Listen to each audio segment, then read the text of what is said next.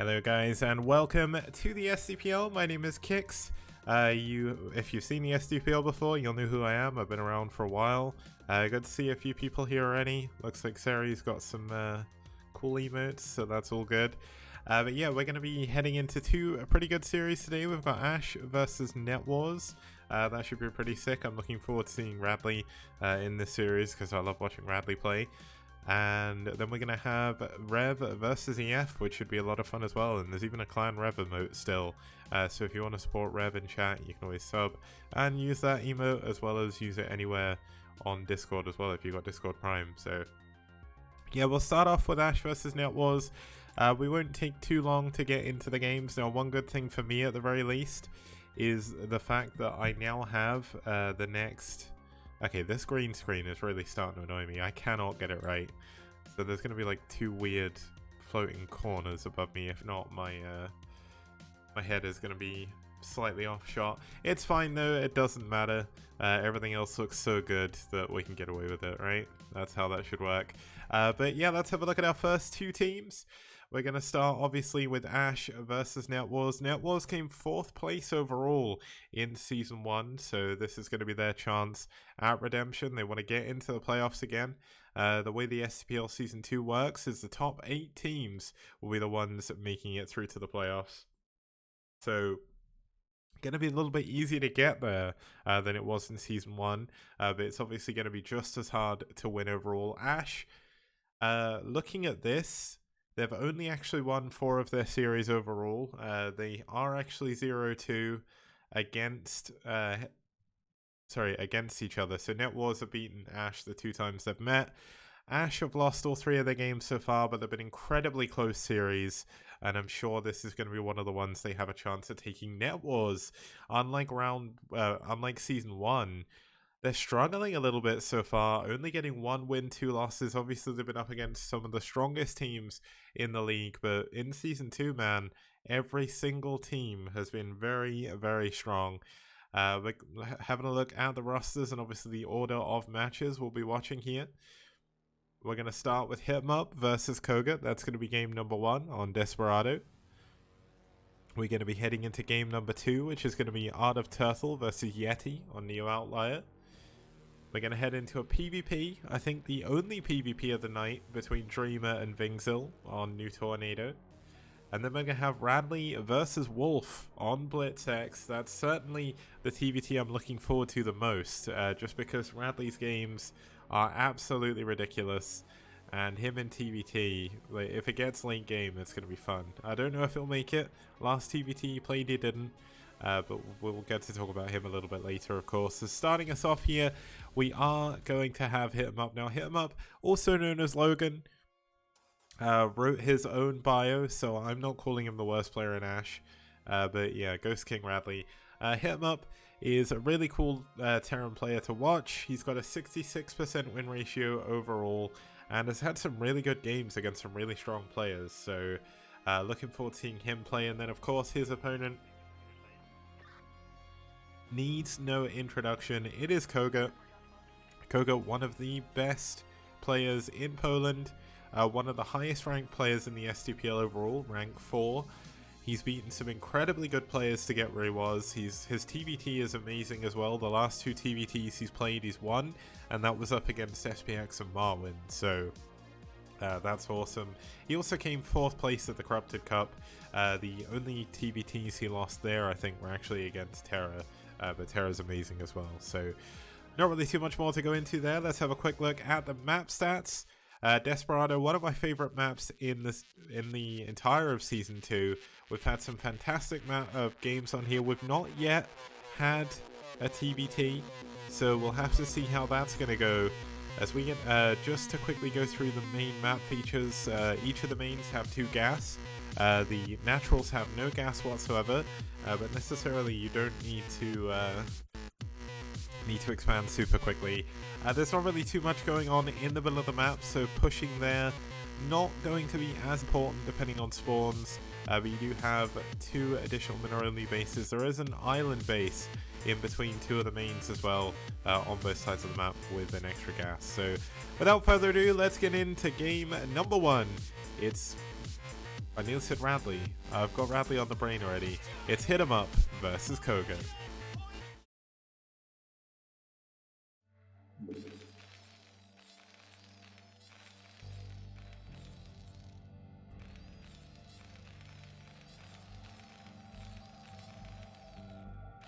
Okay, starting us off here in the top right hand position, we do have the Green Terran fighting for Poland and NetWars. It's Koga. And his opponent spawning down here in the bottom left hand position, we do have the Canadian Terran fighting for aSh.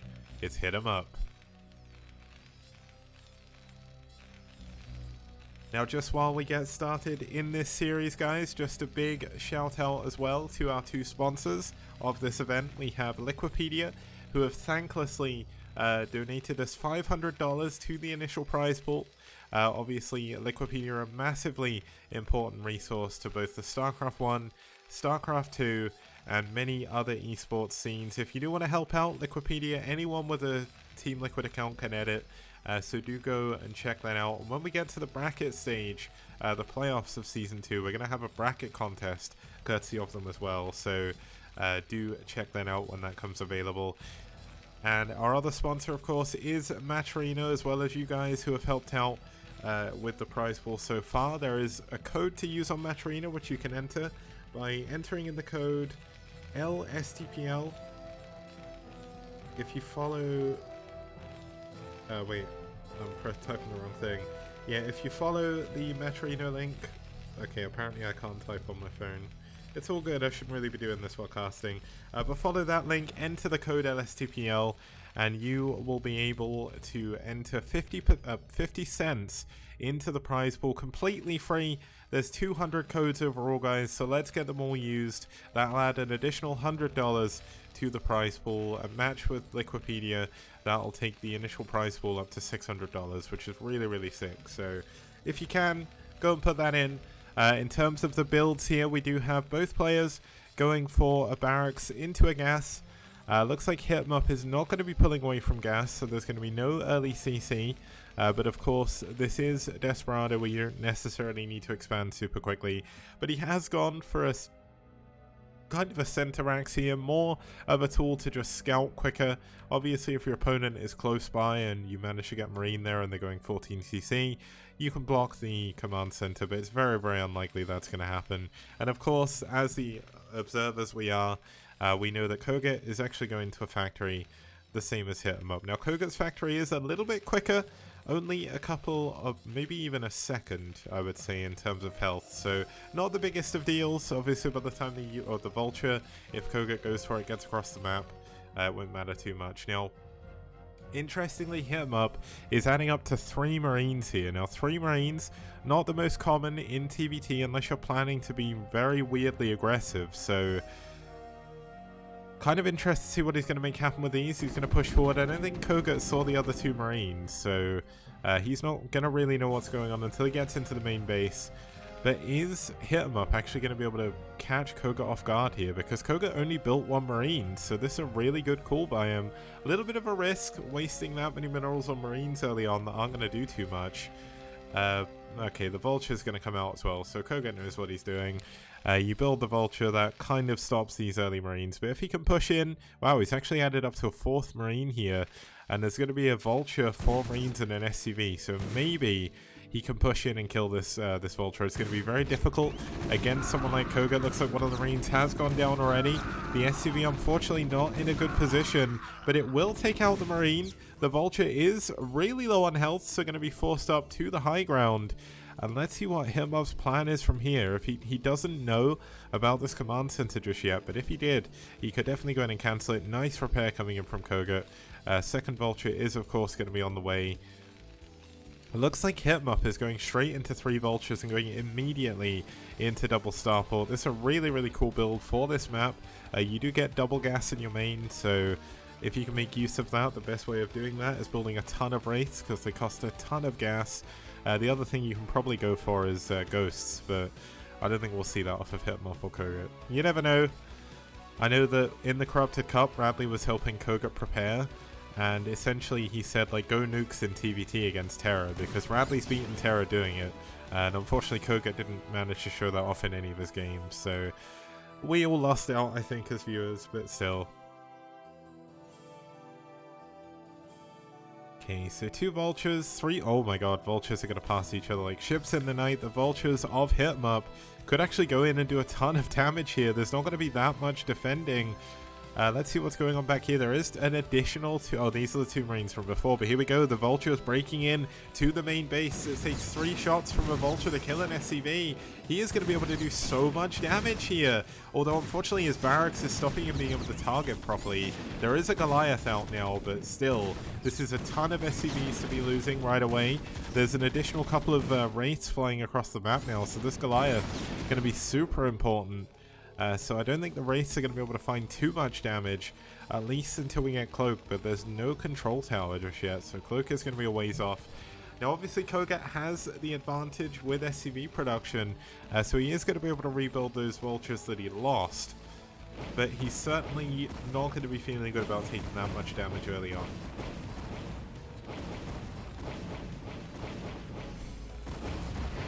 Oh, this is always kind of funny when you're going for race builds. Look how quickly race kill, well, look how slowly race kill barracks on the ground. It's just ridiculous. Now the second refinery is actually coming in, second command center as well.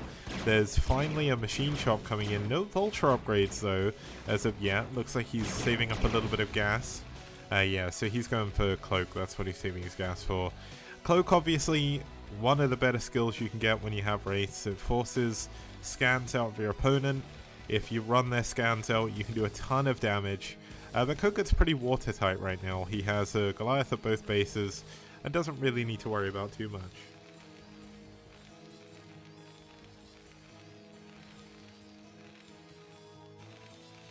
Okay, so I've actually got siege mode coming in from Hitmup. This is a kind of an interesting choice, but it does make sense. Now the first Goliath is actually going to go down. It's not going to be able to, oh, it is going to kill the Wraith. But still, this is going to be free pickings on the SCVs if you choose to do it. Now, it looks like he wants to pull away.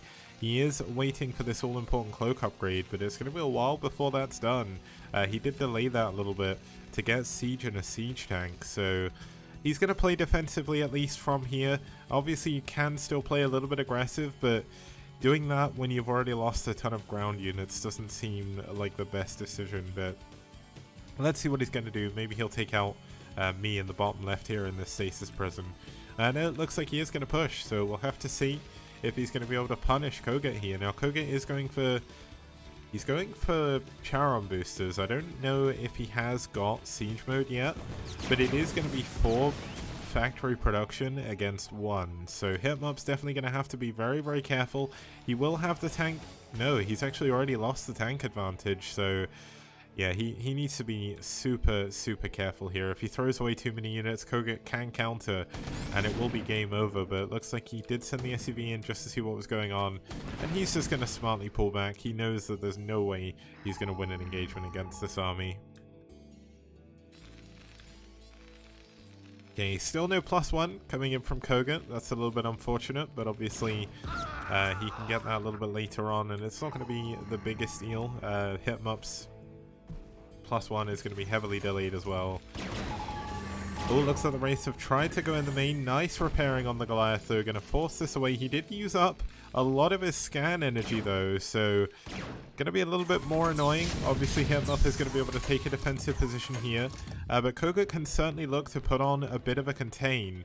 And containing on this map is incredibly strong. Look at the small gap you have to leave your base. Obviously, you can mine out these minerals, but if you do that, you leave yourself open to more pushing. So we'll have to see if Hitmup is going to try and maybe take the island base. Yes, he is. This is a very good choice given the fact he does have a starport already, so he's going to be able to dropship some units over. There's actually a decent number of wraiths as well, so he's going to be able to counter any dropships that Koga throws out at him. But this is definitely not the best position for Hitmup to be in the game at the moment. He's down a good number of SCVs. Koga is starting to go into his own double starport, seeing if he can do a little bit of one of those late race switches to try and take advantage of the fact that his opponent isn't expecting it.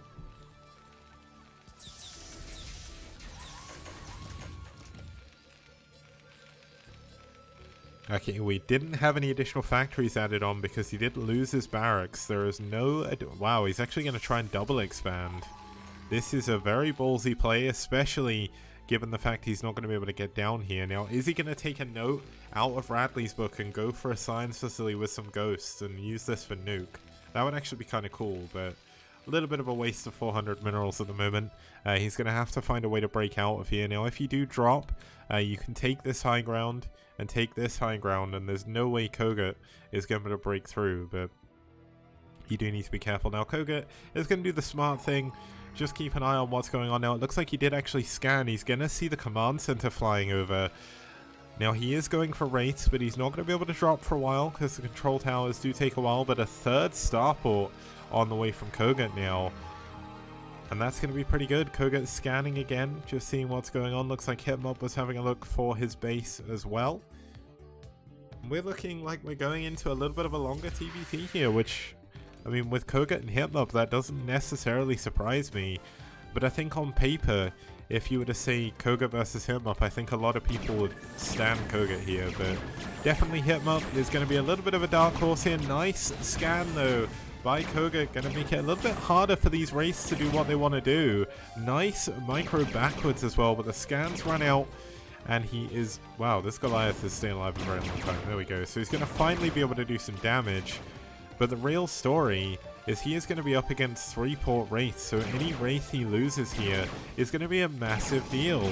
Now we've got another scan coming in. Nice target fire by Kogut. Does take down one of the wraiths. Nice job there. The good thing is Hitmob is going to be able to scout for this SCV up here, which is a good scout. But we do have the third gas coming in for both players.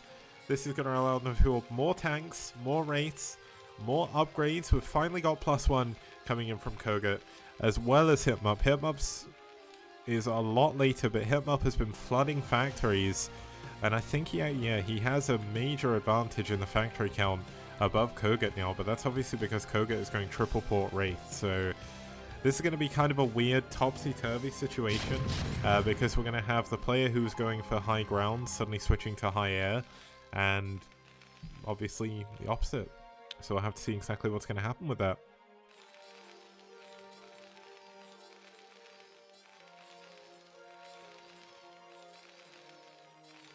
Okay, Science Facility on the way. It is in a position where you can build a add-on as well.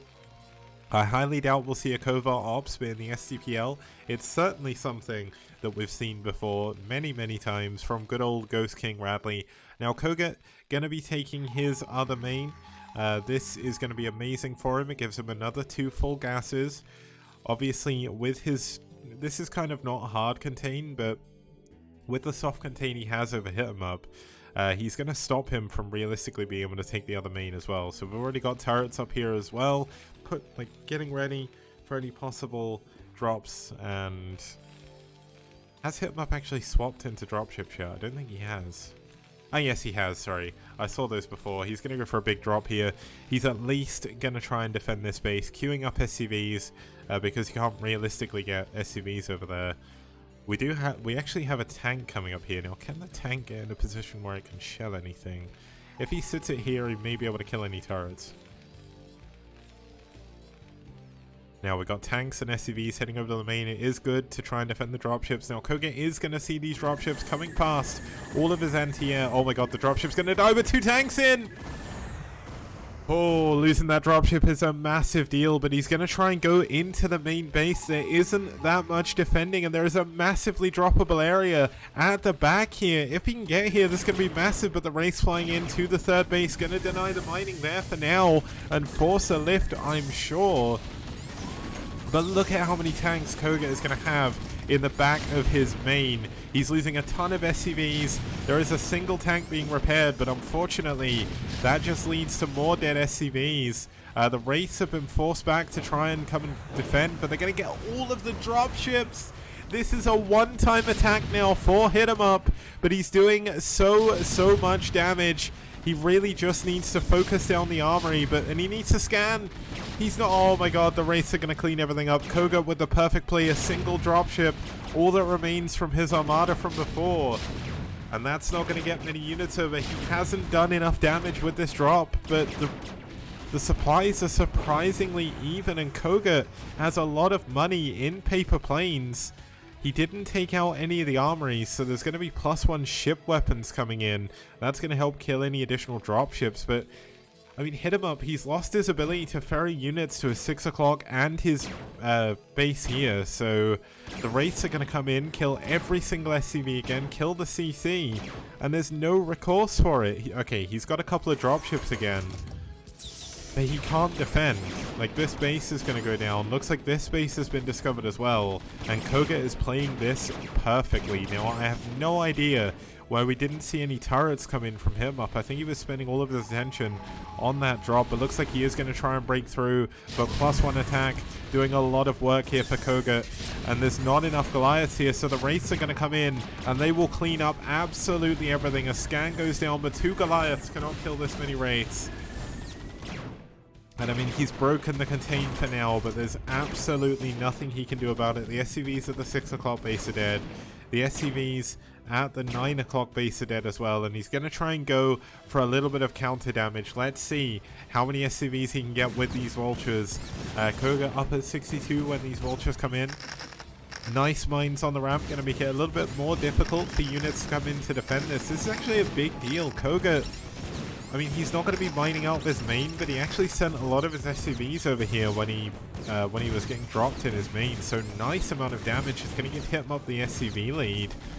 And is he going to be able to save this command center? Oh my god, all those units are getting bottlenecked on the minerals. This is actually going to be very close. I mean, the units in the top left have finally been cleaned up, but the command center is so close to going down. He's going to have to make sure he repairs it. He's got two tanks coming in. He's sieging up for some reason, but he will kill the... Oh my god, the siege nearly killed the command center. Repair. He needs to repair. Okay, he's realized. We're not going to have a situation where he just loses everything to burning down, but Koga is going to fly back in. There's a couple of dropships here, but they're going to go down immediately. There's finally a turret down here, but losing the dropships once again, it's a huge amount of gas to be spending. Another couple of tanks are going to go down. Koga has more Wraiths coming in as well. They've got +1 attack very soon. It's almost finished, and this could be very difficult. Him up is barely mining now. His main is mined out almost, and he needs to be building nothing but Goliaths right now. But if you build Goliaths, you're not building tanks, and all of a sudden Koga can get on top of your factories, and that looks exactly like what he's gonna do. I think yeah, him up has checkmate. Oh, sorry, Koga's checkmated him up, and Koga takes game number 1. I don't know what it is about the end of games, but I always seem to forget exactly what things are called. It's kind of worrying. Oh my god, I've only been casting this game like 3 years, and well, when did I start? Maybe, yeah, 3 years ago I think was when I first tried, and yeah, it was cool, but we came back, we improved production, and now we've got a lot of wonderful people watching, so hopefully you guys are enjoying the cast so far. We'll be heading into game number 2 when we get back after this.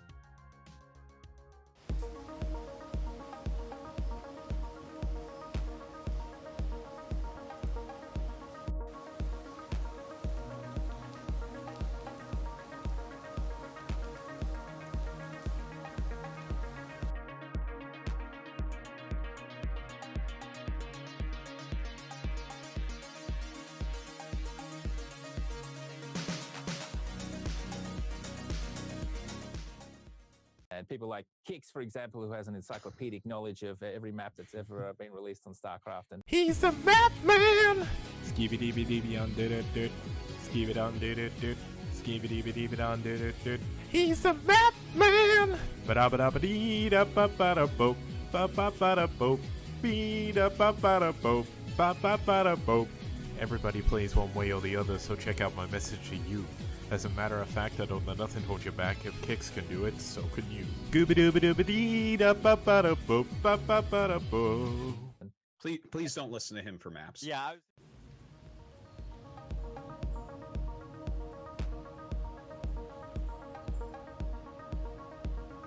Okay guys, welcome back. We're here for game number 2. It's NetWars versus aSh.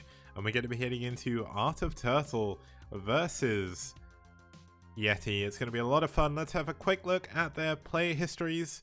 Art of Turtle has been a newer player to the STPL, but he has an amazing photo, so I just had to show it off. He is an American Zerg, and he's played some really cool games. His game versus LML on Neo Outlier was actually really sick, so I'm hoping we'll get another version of that. He did a lot of drops. And yeah, I mean, I want to talk about Art of Turtle, but I can't stop looking at his photo. I just love it so much. It's just amazing. So before I get too confused, let's have a look at Yeti here. Yeti did send me a player photo, but I forgot to upload it. My bad, Yeti. I'll sort that out for next time. But Yeti is one of the final bosses of NetWars in STPL. I know a lot of people were counting out Yeti a long time ago, saying he only beats bad players or his win ratio is inflated, but he's got a 71% win ratio. His ELO is currently rank 8 throughout the entire STPL, and he has played against and beat some incredible players. He beat Terra, he beat Bjol in a 45-minute macro game on Athena 2. He's lost a couple of, well, he's lost 3 times, I think, to FAMSE, but their games are always very, very close. And he's beaten Kenzie as well, so essentially, Yeti is just an amazing player. I love watching him play. He's 6 for 1 against Zerg. And one thing to point out, he actually has the highest win streak against Protoss in the entire tournament with 10-0. That goes above Noob and above Bonneth and stuff as well. But that's for another day as we have a look at our next map. It's going to be on Neo Outlier. Now, Neo Outlier was one of the final pro maps actually developed for the Casper era. It was used in the final ever season of Pro League. It was a newer version of Outlier from the season before. It's a really, really fun map. It's kind of a shuriken shape, I guess, if you can call this a shuriken.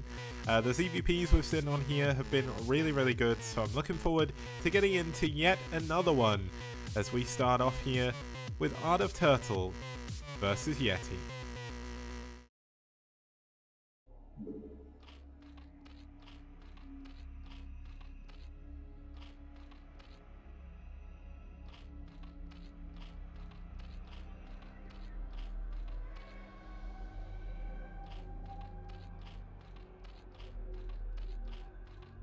Okay, starting us off here in the 12 o'clock position in the red, we do have the American Zerg fighting for aSh. It's Art of Turtle. And his opponent spawning down here in the bottom right, we do have the blue Protoss fighting for NetWars. It's the Polish Protoss, Yeti. And just a quick reminder, Yeti is currently 6 for 1 against Zerg, so this is going to be an incredibly difficult opponent for Art of Turtle to come across. Obviously, we've not seen too many games of Turtle in the STPL so far, so we can't rule him out just yet. But luckily enough, this game was played in top versus bottom. There is blue versus purple, which I think looks fine, but I struggle with that on the minimap. So we're going to do red versus blue. Thankfully, we've started using top versus bottom, but this should be a really, really fun match. Art of Turtle going for an overpull here. Yeti going for a Forge Fast Expand. Yeti doesn't really play too aggressively, at least early on, but when he starts to get up a bunch of zealots, sometimes he just goes for a big old attack. He plays a lot like Bonneth in ZVP. Obviously Bonneth has sort of the toppest level micro outside of Korea, but Yeti's ZVP is actually really, really good, so don't count him out yet. As I said, he is rank 8 in the overall STPL rankings. That's out of 250 something players. I need to get the full stats for that, but I know it's over 200 players overall that have been registered to play in the STPL. And I think in terms of how many players have actually played, it's about 190 or something. So if people tell you Brood War or StarCraft Remastered is a dead game, there is a team league outside of Korea where supposedly the game is dead, where there are 14 active teams. They are constantly improving, and they have really deep and wonderful rosters. So NetWars, of course, the team of Poland. They're a big Polish community.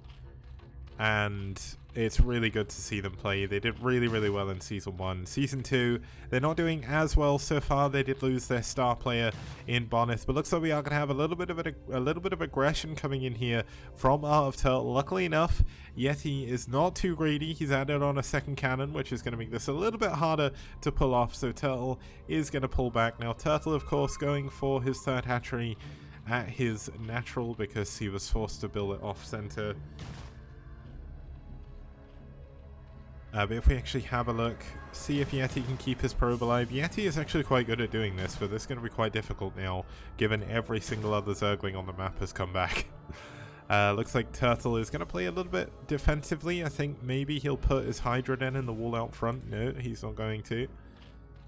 No gas yet, though, so there's not going to be any Mutalisks or anything, but you can already see he's actually going to think... Oh, nice, he's glitching a drone through. Now, we've seen a lot of Zerg players do this. In case you haven't seen this map before, let's actually just zoom out a little bit. So, you have a gas base here, it's got a full gas, and it's defended by these temples and the minerals. So, the only way you can get through is either jumping over the minerals or the buildings with a probe, or dropping. So, it's actually quite good early game. The only problem you have is it means you can't build units over there until you get a Nidus Canal. So, we're not going to see any aggression coming out from Art of Turtle. He's actually going to... Wait, is this... This is... Yeah, so it's 4 hatcheries before gas after pull. So we're going to see a macro game here once again in terms of what Yeti's doing back at home. He's got his Nexus finally coming up. It's kind of on par of when the Zerg's expansion's finished. It was a little bit delayed due to that second cannon, but core is on the way. Now Yeti normally goes for a Stargate. I wouldn't say he's one of the players that rushes DT too often, but maybe given the right circumstance, depending on what he scouts, he could go for that. But obviously the Corsair helps you scout, so if he can't get this probe in, I think we'll see the Stargate come down almost immediately. Second gas coming in, very, very standard. And there's the Stargate, yeah. So he's going to need the Corsair to scout around, and this will actually help him to be able to catch that expansion over here. So that's always good. Now the first Zealot is coming out, trying to do a little bit of damage, but Art of Turtle is doing a really good job microing against it, forcing it to take damage while it was moving back. So that Zealot, unfortunately, is not going to be able to do too much. But the probe does get into the base, so he does see the lair. He sees it's incredibly late, so this can mean either a Hydralisk bust, but he's not seen a Hydra Den, or a hidden base. So we're going to likely see him push a probe through with a pylon here, if he wants to. So that is something you can do. It's quite easy for Protoss players to do, or maybe he's just going to wait for the Corsair. But we've got a couple of gateways coming up. We've finally got the Overlord taken out. Citadel coming in as well. And wow, the probe's actually managed to evade the Zerg. Oh no, he's seen it, so he's going to get it.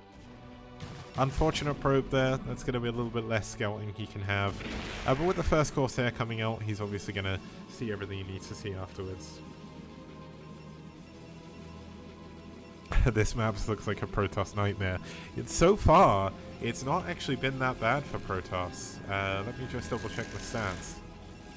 Yeah, Protoss are actually 4-1 up against Zerg on this map. So, and to give you an example, the game on Monday we saw Pre versus...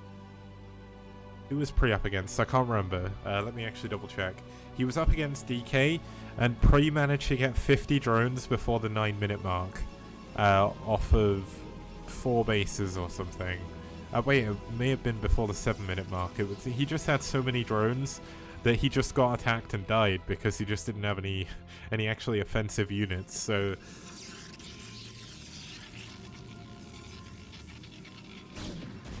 now the Corsair hasn't seen the hidden third base just yet, but as you can see, all he can really build over here is drones. It will give him access to a third gas very, very quickly for a Zerg player, so that's going to feel pretty good for him. Templar Archives should be on the way back here as well. Yeah, he's going to force the Zerglings back. Speed should be kicking in soon. He has almost got +1 as well, so everything is going pretty well for Yeti. Double Corsair now, just seeing if they can work out what is actually going on. Now, he's finally going to see the Hydra Den. The Lurker aspect is on the way, which is something obviously Yeti does not know. But lurkers are very powerful on this map. If you look here, there's a small ramp which will stop the Protoss pushing the quickest way. It's a very, very long way around that otherwise, so that's always helpful. Now, yet he is gonna... is he gonna see the... Yes, he sees the creep, maybe? Does he see it in the corner of his vision? This is gonna be very difficult for him to notice. Looks like he hasn't just yet. This could be bad. If he doesn't scout this base, he's not going to be able to put any pressure on. He's not going for a robo anytime soon either. But looks like these Lings still alive out the front. He has checked the other third base locations, but he's not checking the outer ring. He's kind of not... I don't think he's thinking that Turtle would expand down there, because early game, as I mentioned before, you're going to trap your units in, so... He does go to check the one over here, but he's still not in a position to see it. So, yeah, a little bit unfortunate scouting, but there is... Oh my god, is Turtle going to be able to trap the... No, okay. I was going to say, is he going to be able to trap the DT until the Overlord comes? But I forgot the DT can attack. Here we go. He is going to intercept it, going to take it down. Turtle is doing a really, really good job against Yeti. Now, the DT doing his best to run away, but unfortunately... Oh! Okay. He almost survived. That was the world's luckiest DT if that got away.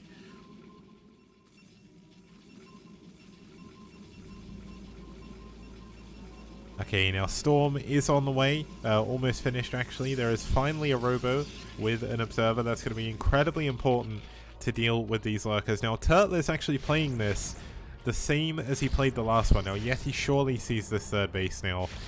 He essentially just went mass drop, mass Hydra Lurker, and just essentially he was doing such a good job against LML, but LML held on by the skin of his teeth every single time, and then his economy just kind of exploded. But let's see if Yeti can hold on against it, because obviously this is a lot of Lurkers, it's a lot of Hydras. It's going to be quite difficult for Yeti to be able to expand towards the middle of the map now. Now, here we go. The dropships coming in, or Overlords coming in even. They are fully going to drop in the main, and there's nothing for Yeti to scout this. Now, the Observer's coming in. Okay, he sees the Overlord. Does he know about it? Is he going to pull back? He pulls. No, he hasn't figured it out. Here we go. The Lurker's going to drop in the main.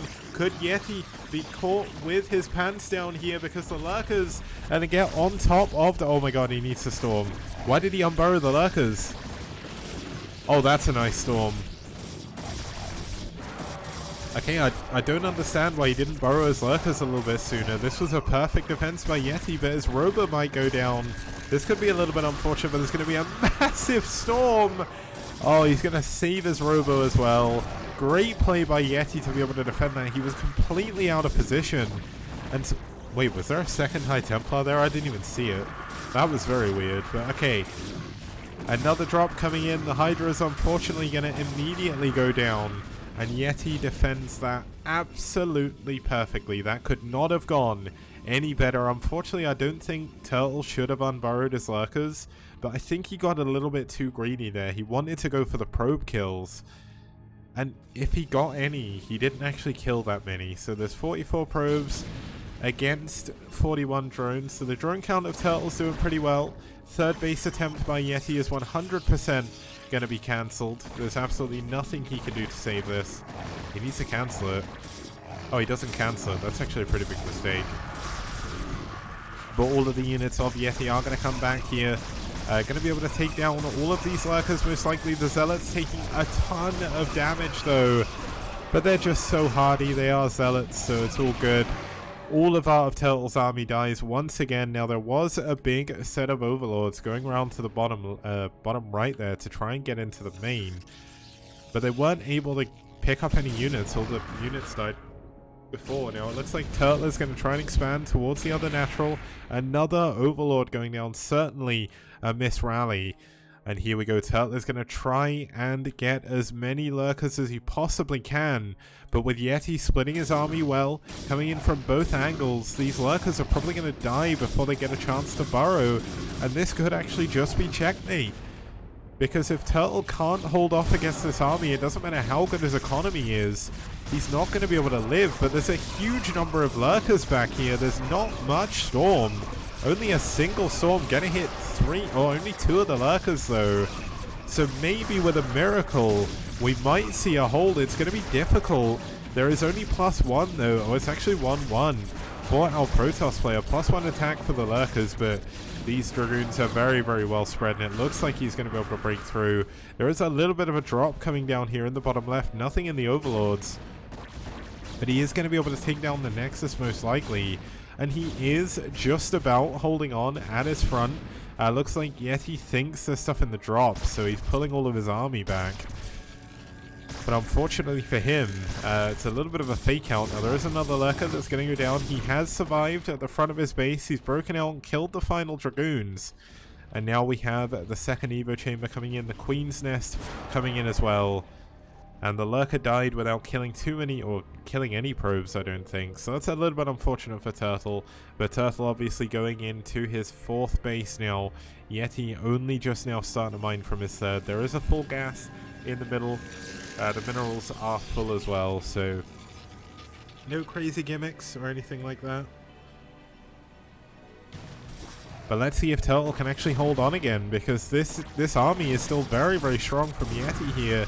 He's going to push forward. Let's see if he's able to break through this time. Last time he got faked out by a drop. Looks like there is going to be an observer scouting out this 4th base. Oh, nice storm on those Lurkers. Going to get one of them at least. Nearly killing the other one. Doing a ton of damage to those Overlords. And I think Yeti may just have too much. +2 attack should be on the way, if not almost finished. Yeah, it's almost done. And I mean, Turtle just doesn't have any units left. He's half the supply of the Protoss player. GG! Turtle taps out, and Yeti continues his unbelievable Protoss versus Zerg win streak. Okay, so that was a pretty sick game there. Obviously, that does take NetWars up 2-0. So if we are going to get an ace match, we're going to need to see aSh winning both of their games in a row. It's going to be hard. Like, NetWars are an incredibly strong team. We're getting to the weaker part of NetWars roster though, but when I say weaker part, it doesn't really mean anything because the players they have left are still incredibly good. So I'll be back in a couple of minutes with game number 3 after this. Outstanding. Rock and roll.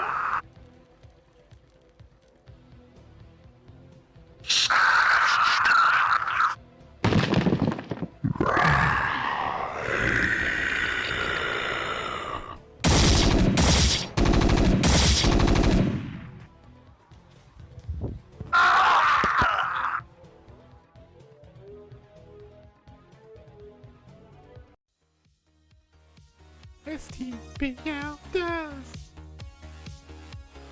Bio TVP. Wow! You got it. STPL does. Mass Scouts? No problem. Broadcast 3 nights a week on Monday, Wednesday, and Friday, 2100 CEST.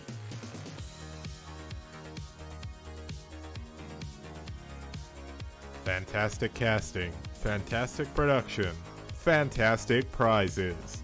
Only here on the STPL.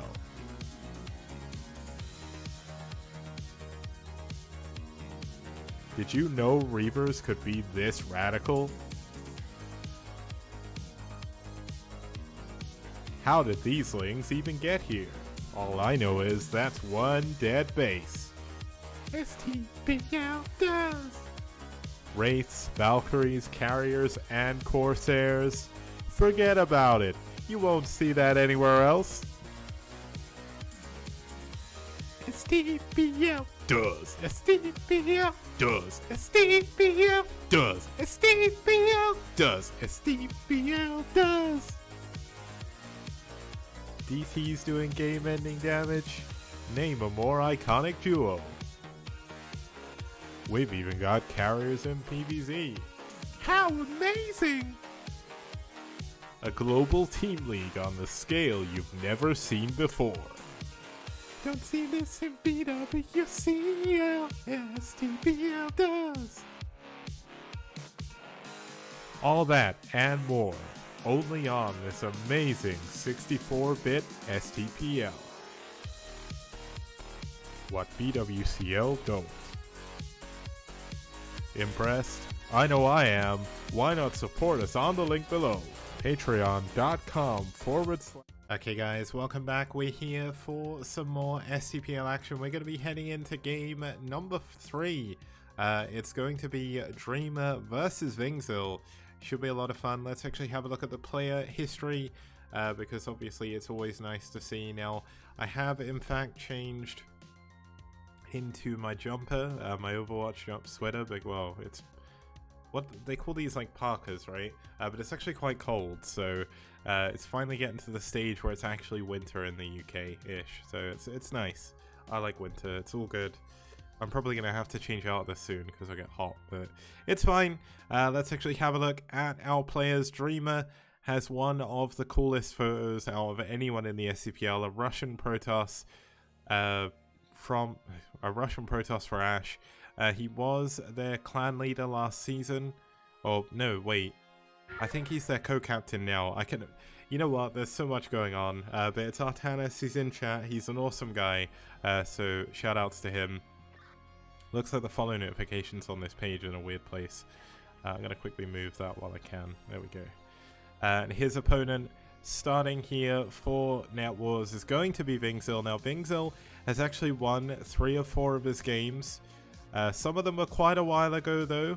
He's not actually played a game in Season 2 yet, so it'll be cool to see how he's going to do against Dreamer. Now, he has beaten the only aSh player he's gone against so far, so let's see if he can do it again. As we head in to our third map of the day, it's going to be New Tornado.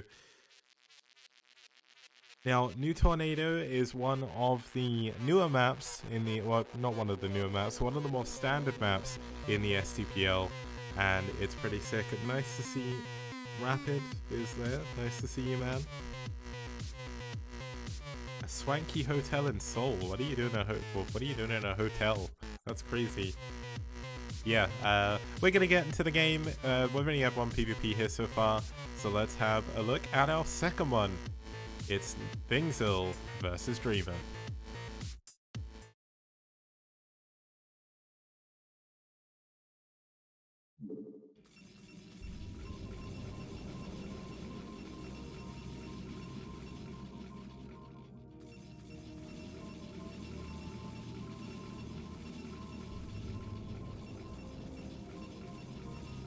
Okay, starting us off in the top left-hand position, we do have the Black Protoss fighting for NetWars from Poland.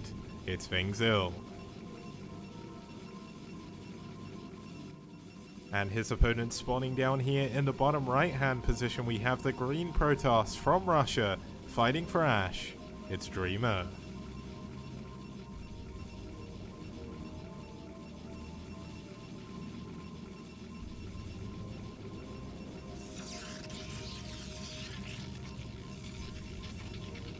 Oh, the BlizzCon opening week is this week. Oh yeah, I forgot about that. Because I wasn't going to BlizzCon, I kind of forgot that everything's going on, but I'm now off for 8 days, so it's amazing.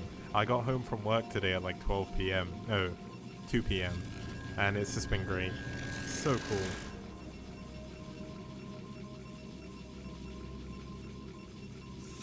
Okay, so Gateway first coming in for Dreamer.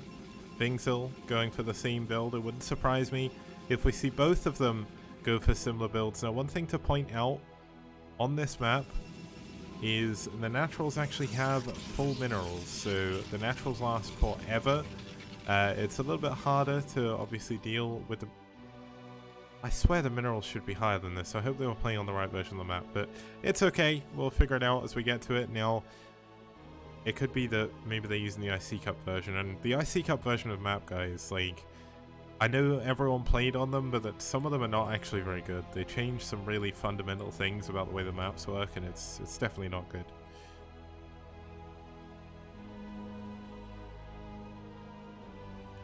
Okay, well, at least Vingzil, he's going for a second gateway.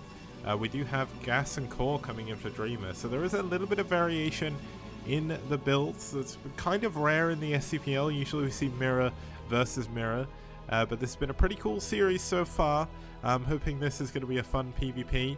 there's a must-watch set of games on the STPL TV YouTube channel, and so far we've only had one PvP on there, so I'm hoping we can extend that to some more PvPs. So I'm looking forward to a good one here, because PvP is definitely kind of like the... It's one of those matchups that I used to absolutely despise unless Bisu Best or Sun were playing, and then Paralyze, I guess, but now I can actually sit and actually enjoy PvP. And that's all thanks to the STPL.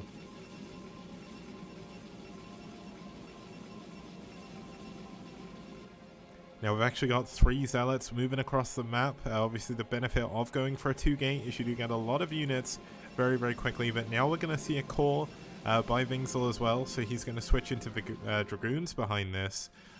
And let's see if Dreamer is actually going to be able to micro against this. Now he will have a single Dragoon. I don't think the second Dragoon is going to get out by the time the Zealots get here, but oh my god, this probe could actually glitch out the Zealots a bit. That'd be really sick. It looks like he's not going to go for it, just wants to kind of keep the probe alive. Oh no, he is. Nice. He's going to delay for the second Dragoon. This is really, really good. He's even getting a little bit of shield damage done on those. So there's going to be 2 Dragoons and a Zealot on the ramp against 3 Zealots. So he does need to be careful, but good hold so far. Does need to make sure he doesn't lose this Dragoon though. This would be a massive, massive mistake if he doesn't micro this back. Oh, he needs to pull the Dragoon back. Keep pulling it back. Can't lose it.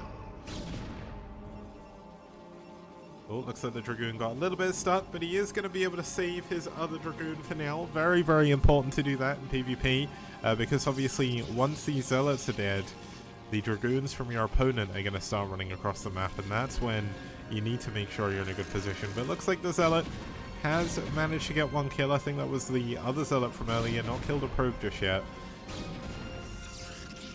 And he's not going to do any more damage, so this Zealot unfortunately is going to go down. Range is almost done for Dreamer. It's going to be a ways off for Vingzel, so Vingzel is going to find it a little bit harder to deal with this.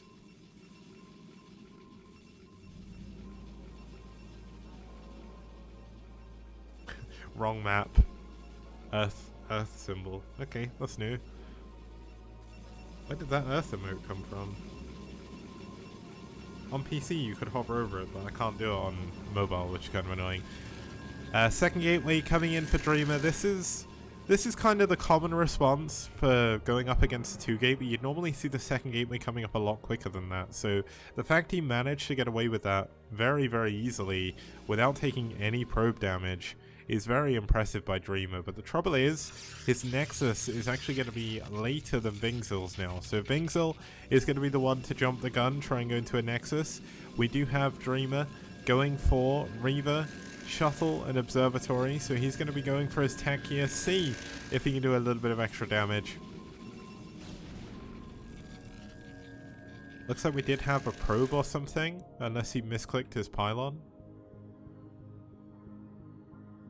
Wow, Vingzel is actually doing a really good job with his probe production. He's up 4 probes. I mean, you wouldn't think that'd be much on one base, but Vingzel's going to be expanding a little bit quicker, so obviously that's going to come into effect. But we do have a shuttle. This is going to be super important to keep alive. He has less Dragoons at the current time by, I think that's only 1 less, so it's not the biggest of deals, but one of his Dragoons is incredibly badly hurt from before, and he needs to be careful. So Vingzel is going to jump in, see if he can do any damage. Is he going to worry about the shuttle? No, he's not. He knows there's no Reaver just yet, so he is going to play a little bit aggressive. He is being careful just in case. Oh, he's targeting the shuttle down.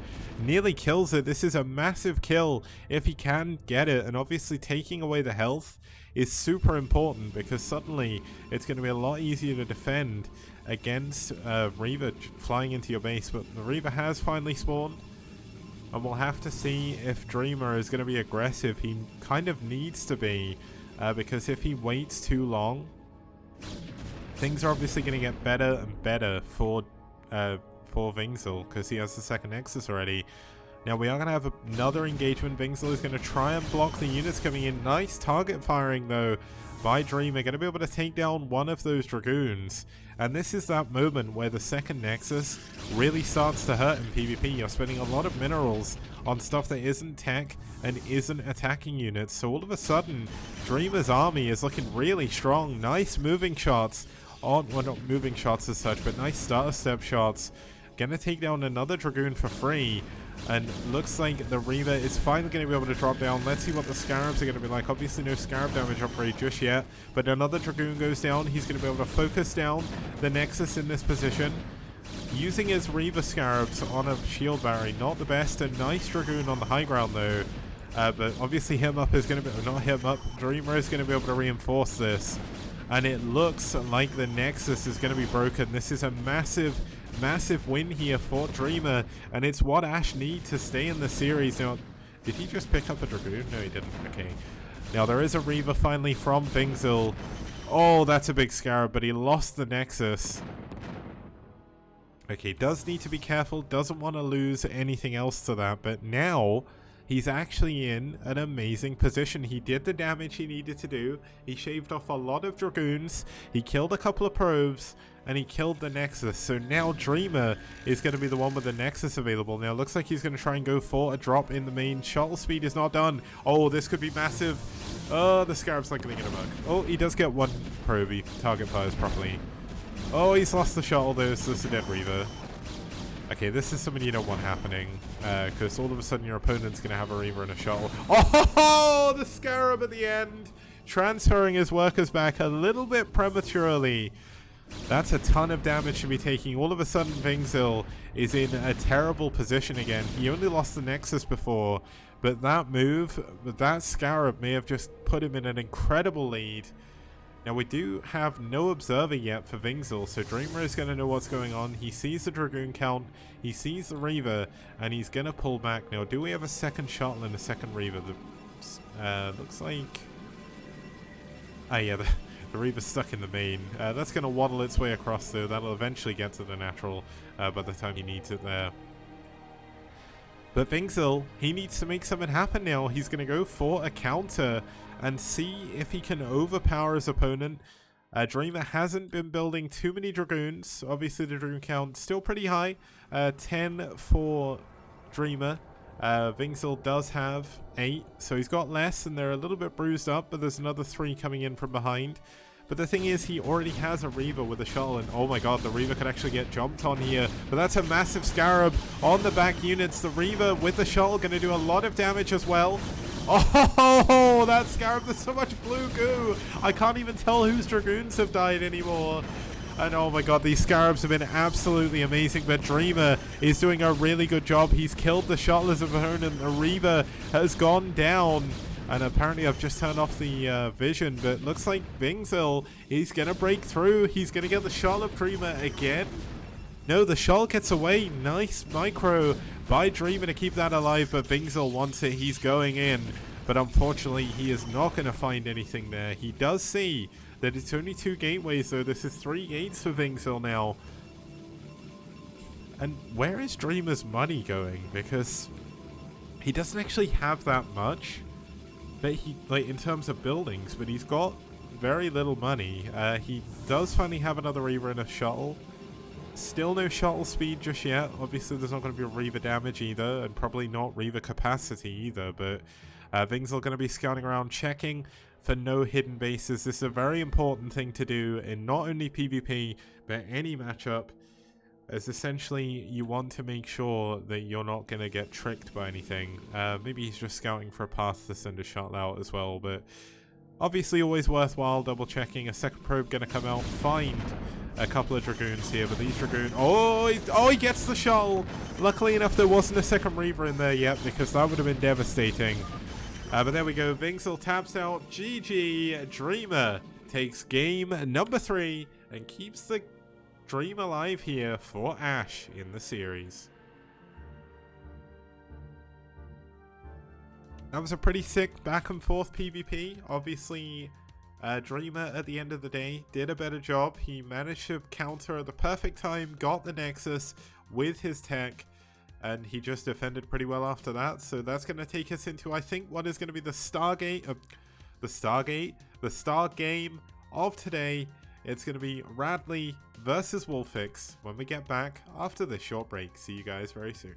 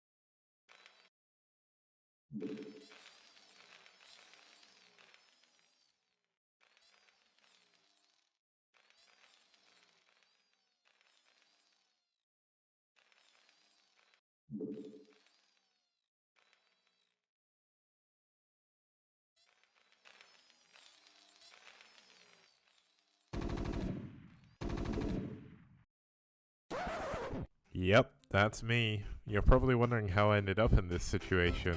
Well, I was playing an EGM fight night, and it just so happens in round 1 I played up against Terra. I've always said that I have bad micro, but this was on another level.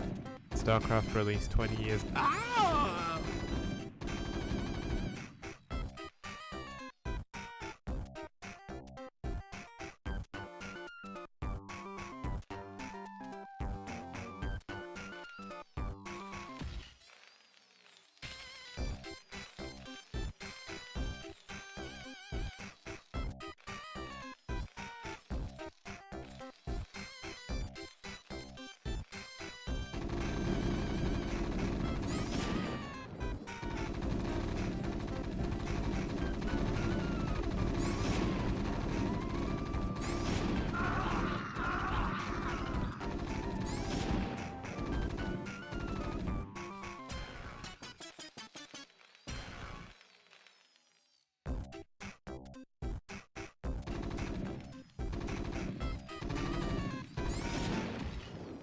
Okay guys, welcome back. We're here for the star matchup of today. At least it's my star matchup, because it's going to be Ghost King Radley up against Wolfix. Now both of them are ex-teammates. Radley spent a long time on the NetWars team as well as in the NetWars community. He's still technically part of the community as well, because it does encompass the whole of Poland. But let's actually have a look at their histories. Both Polish players here today, so this is going to be cool to see. Radley, I think if you've watched the STPL in Season 1 and 2, you will need no introduction for this man. He is an absolute boss, plays the most ridiculous games. The game times he has average probably around 40 to 50 minutes, so we could have a long game on our hands here. He's 2-3 against Terran in the SCPL, but recently he did beat Terra on ladder, who of course did take out Kogut like 5 or 6-0 or something in the Corrupted Cup, so never count Radley out here. His opponent going to be one of the newer players for NetWars in the SCPL. He's lost both of his games, but he played against Bonith in a relatively close game, if I remember correctly, and he lost against Sinbi as well, two of the best Protoss players in the SCPL, so not much can be gleaned from that. We're going to be heading into my favorite two-player map, I think, of all time. It's going to be BlitzX. Now, BlitzX has a very Ride of the Valkyries Flight Dreamliner-esque situation where it's very close by air. The rush distance by ground for small units is very small, but vultures have to take the long path, and so do tanks and Goliaths. So airplay, I mean, we've seen 2 TVTs here already. J1 versus Kiko is the longest game in STPL history, totaling out around 1 hour 6 minutes. And Kyrie versus Forever from Monday was absolutely amazing as well. So without further ado, I cannot wait to get into this game. So let's start. Radley versus Wolfix.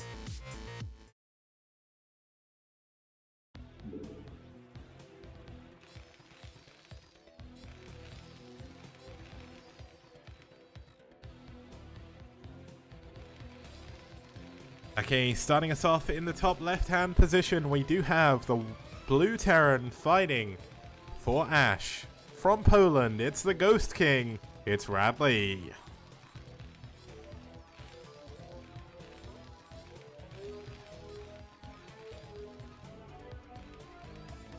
And his opponent starting here in the top right-hand position, we do have the White Terran from Poland as well, it's Wolfix.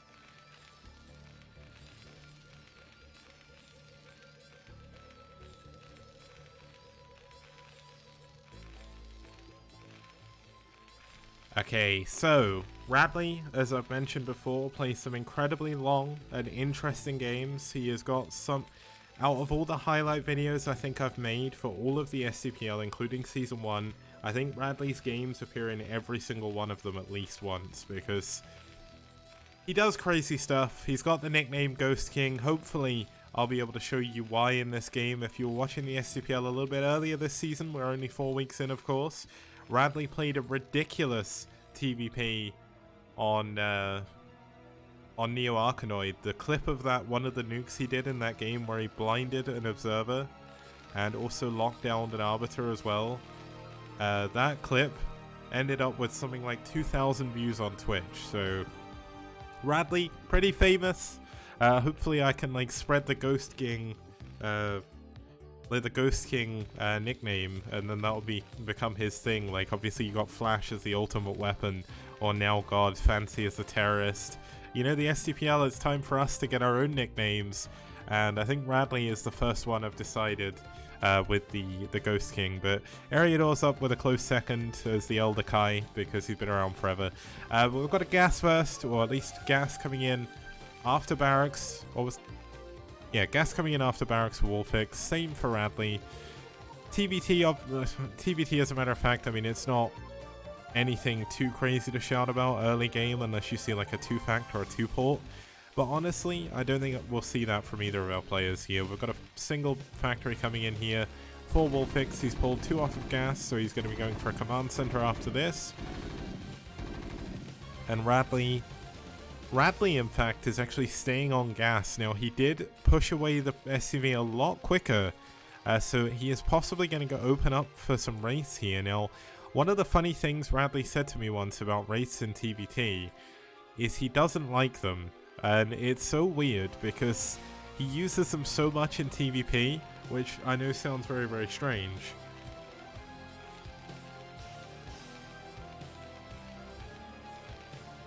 But essentially, Radley's not a big fan of going for wraiths super early in TVT because it doesn't feel like they do too much. Yeah, so we are going to have 2 factory. It's not going to be wraith.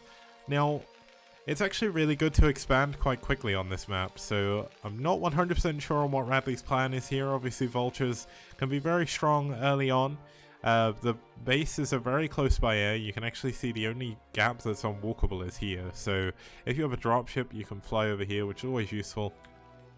But Radley gonna steal 5 minerals from the middle of the map somewhere, come back. I wonder if he's trying to break through here.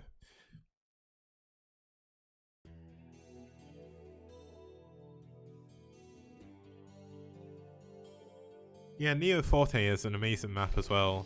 Neo Forte is kind of like the precursor to Desperado.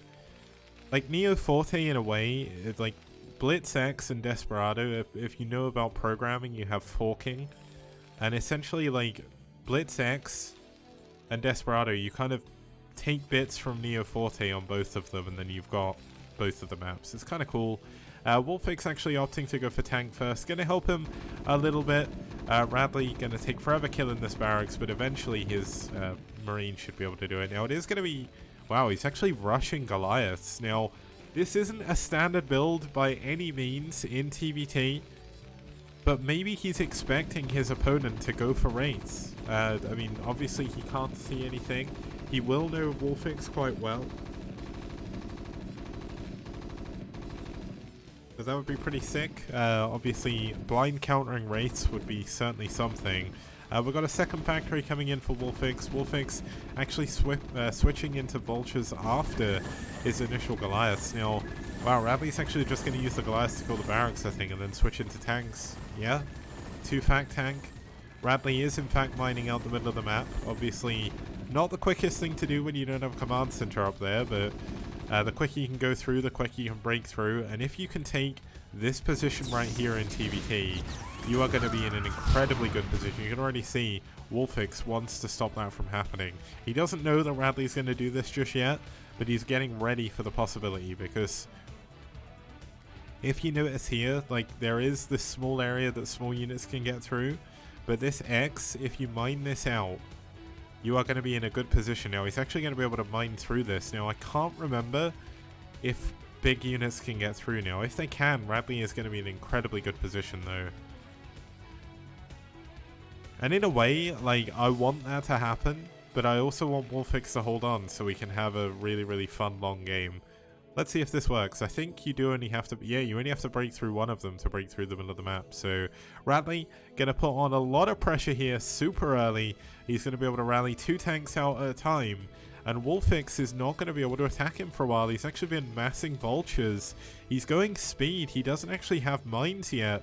So with only 3 tanks, this is going to be very difficult to actually defend. You can see Radley pushing in, soaking a few hits with his SCV, and he is going to take this high ground position.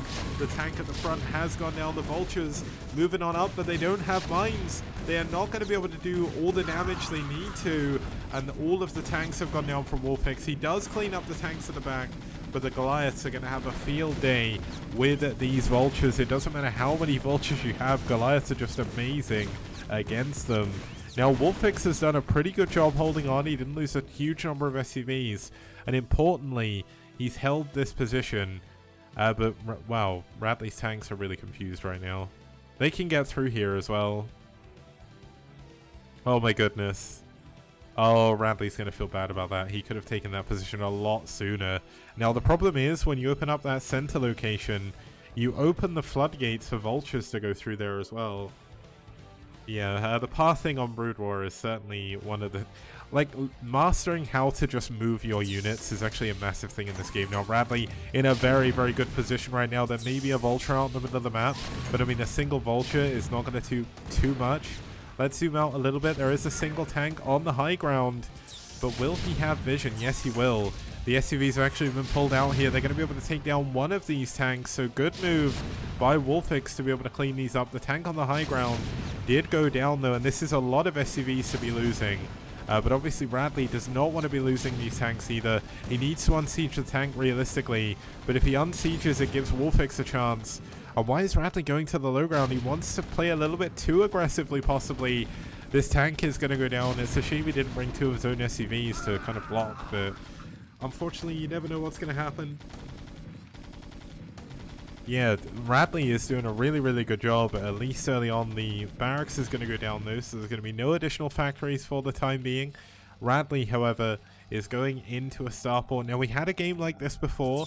It was J1 versus Kiko, and even though it looked like it was going to end super early, it ended up going on for 1 hour and 6 minutes. It became the longest game in STPL history over its 18-month-long history.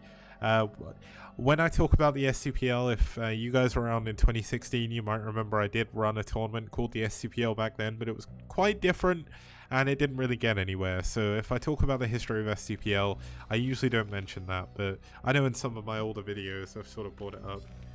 But yeah, Wolfix, he's had an SCV advantage. He did get his command center a lot sooner. The academy coming up at the front, so he's finally going to be able to get some scans.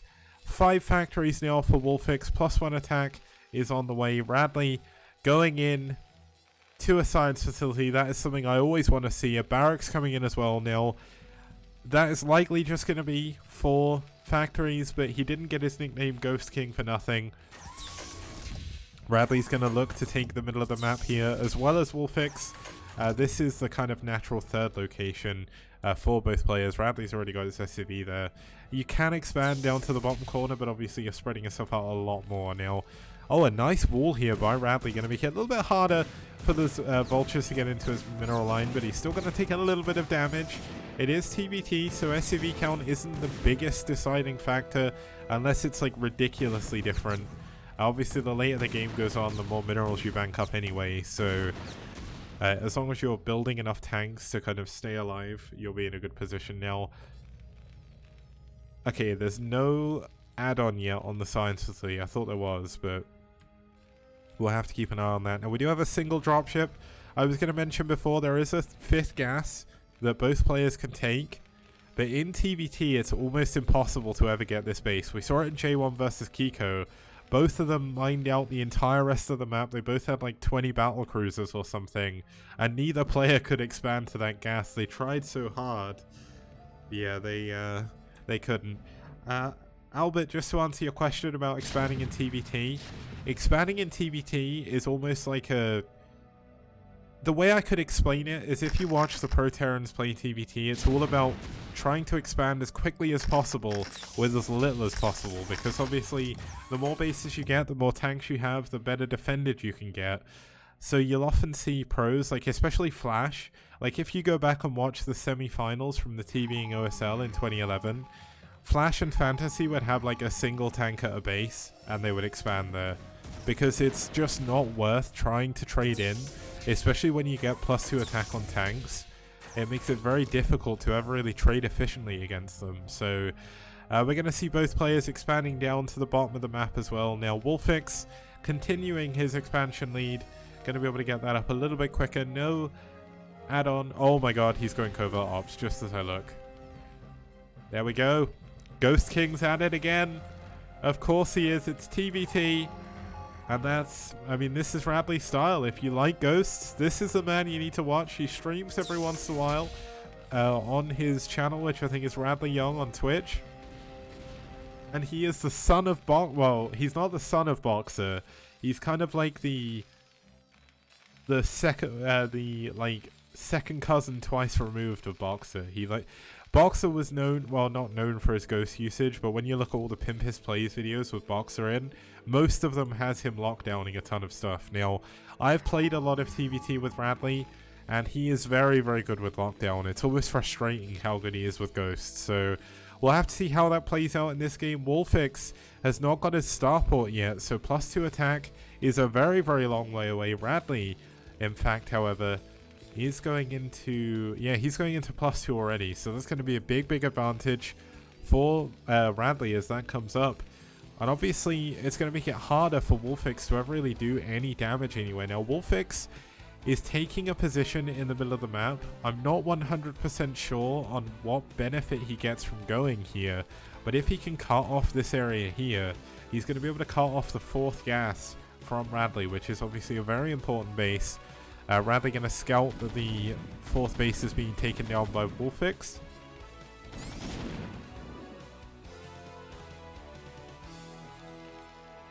Radley's the offspring of 2 of Boxer's cousins. One of his cousins is Polish as well. But yeah, we've got missile turrets, tons of them coming up from Wolfix. He's expecting a big drop, and he would be correct. There is 3 tanks, 2 Goliaths even coming in here. Now, I kind of hope we get to see an hour-long TVT again, because that was really sick with Kiko. But we do have that covert ops done. Ghost energy coming in, very important if you're going for lockdown. And the first ghost is on the way now. Has Wolfix scouted this? Looks like he hasn't. Radley is the one scanning around, just seeing if he can find an open area to go for a drop here. Now I can hear... Ah, there we go. Looks like he's going to try and actually expand towards the island base. I mean, not necessarily. He could just try or be trying to take down these missile turrets, which is obviously going to be a massive help. But look at the mischance on that turret. Lucky thing. Now here is the main man. It's the man we've all been waiting to see. It is the Terran Ghost. What an amazing unit. Doesn't get enough play in pro play, but when it gets used, it's a wonderful vision of what could be. Obviously Radley is possibly going to be able to take this base, but the important thing is he's opened up a path for Radley's units to get in, but Wolfix is already defending versus this. We see a lot of scans going down for both players, just seeing what's going on. But is there a nuke silo anywhere? Oh ho ho, nuke silo coming in. Always good to see. Now, I really want to see Radley just secure this position with a ton of tanks and just take the island base, because the longer the game goes on, the harder it's going to be. And as someone pointed out, yeah, if Radley does win this game, we'll be heading into the ace match. That's going to be on Multiverse. Now, Radley dropping on the high ground. Really good tank positioning by Radley so far this game. Just taking out all of the turrets, making it very difficult for Wolfix to be able to defend versus drops. And here we go. Command center forced to be lifted. There is a 3rd gas down here, though. 4th gas, not quite up yet for Radley, but he does have his gas in the middle of the map. Fine. He doesn't have this base down here, though. Now, where is the first ghost? Here he is. Look at this man. No nuke just yet. Nukes do cost 6 supply. Finally, we do have that nuke coming in. Lockdown coming in as well. That's obviously going to be a big power play. If Radley can lock down a lot of these units, if you can lock down dropships, all of a sudden you're going to be in an incredible position. But Wolfix getting in a really nice position with his dropships. If he just drops here, he's going to cut off one of the gas bays. So Radley looks like he's wanting to be more aggressive. I almost feel like this is a little bit too aggressive. He's going to try and deny the natural expansion. He's got a good couple of tanks on the low ground or the high ground here, and some on the low. This does cut unit circulation for Radley, but certainly I would give the edge for Radley here. This isn't the best position to be dropping your tanks. I mean, Radley is hemorrhaging a few himself. +2 attack is done, and Wolfix is actually getting a lot more done here than I thought he would do. Nice D-Matrix there, though. Gonna keep this tank alive for now. The mining at the natural has been heavily damaged.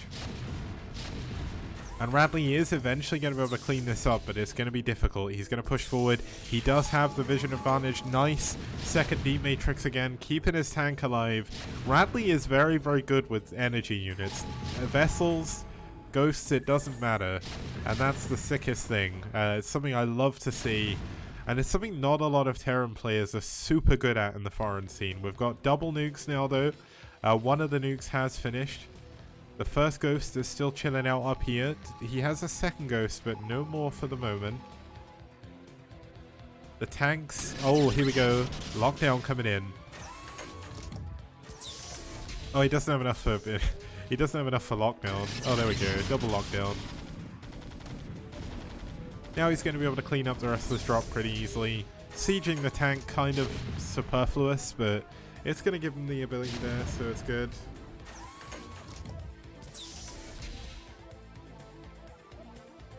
And yeah, how often do you guys get to see lockdown?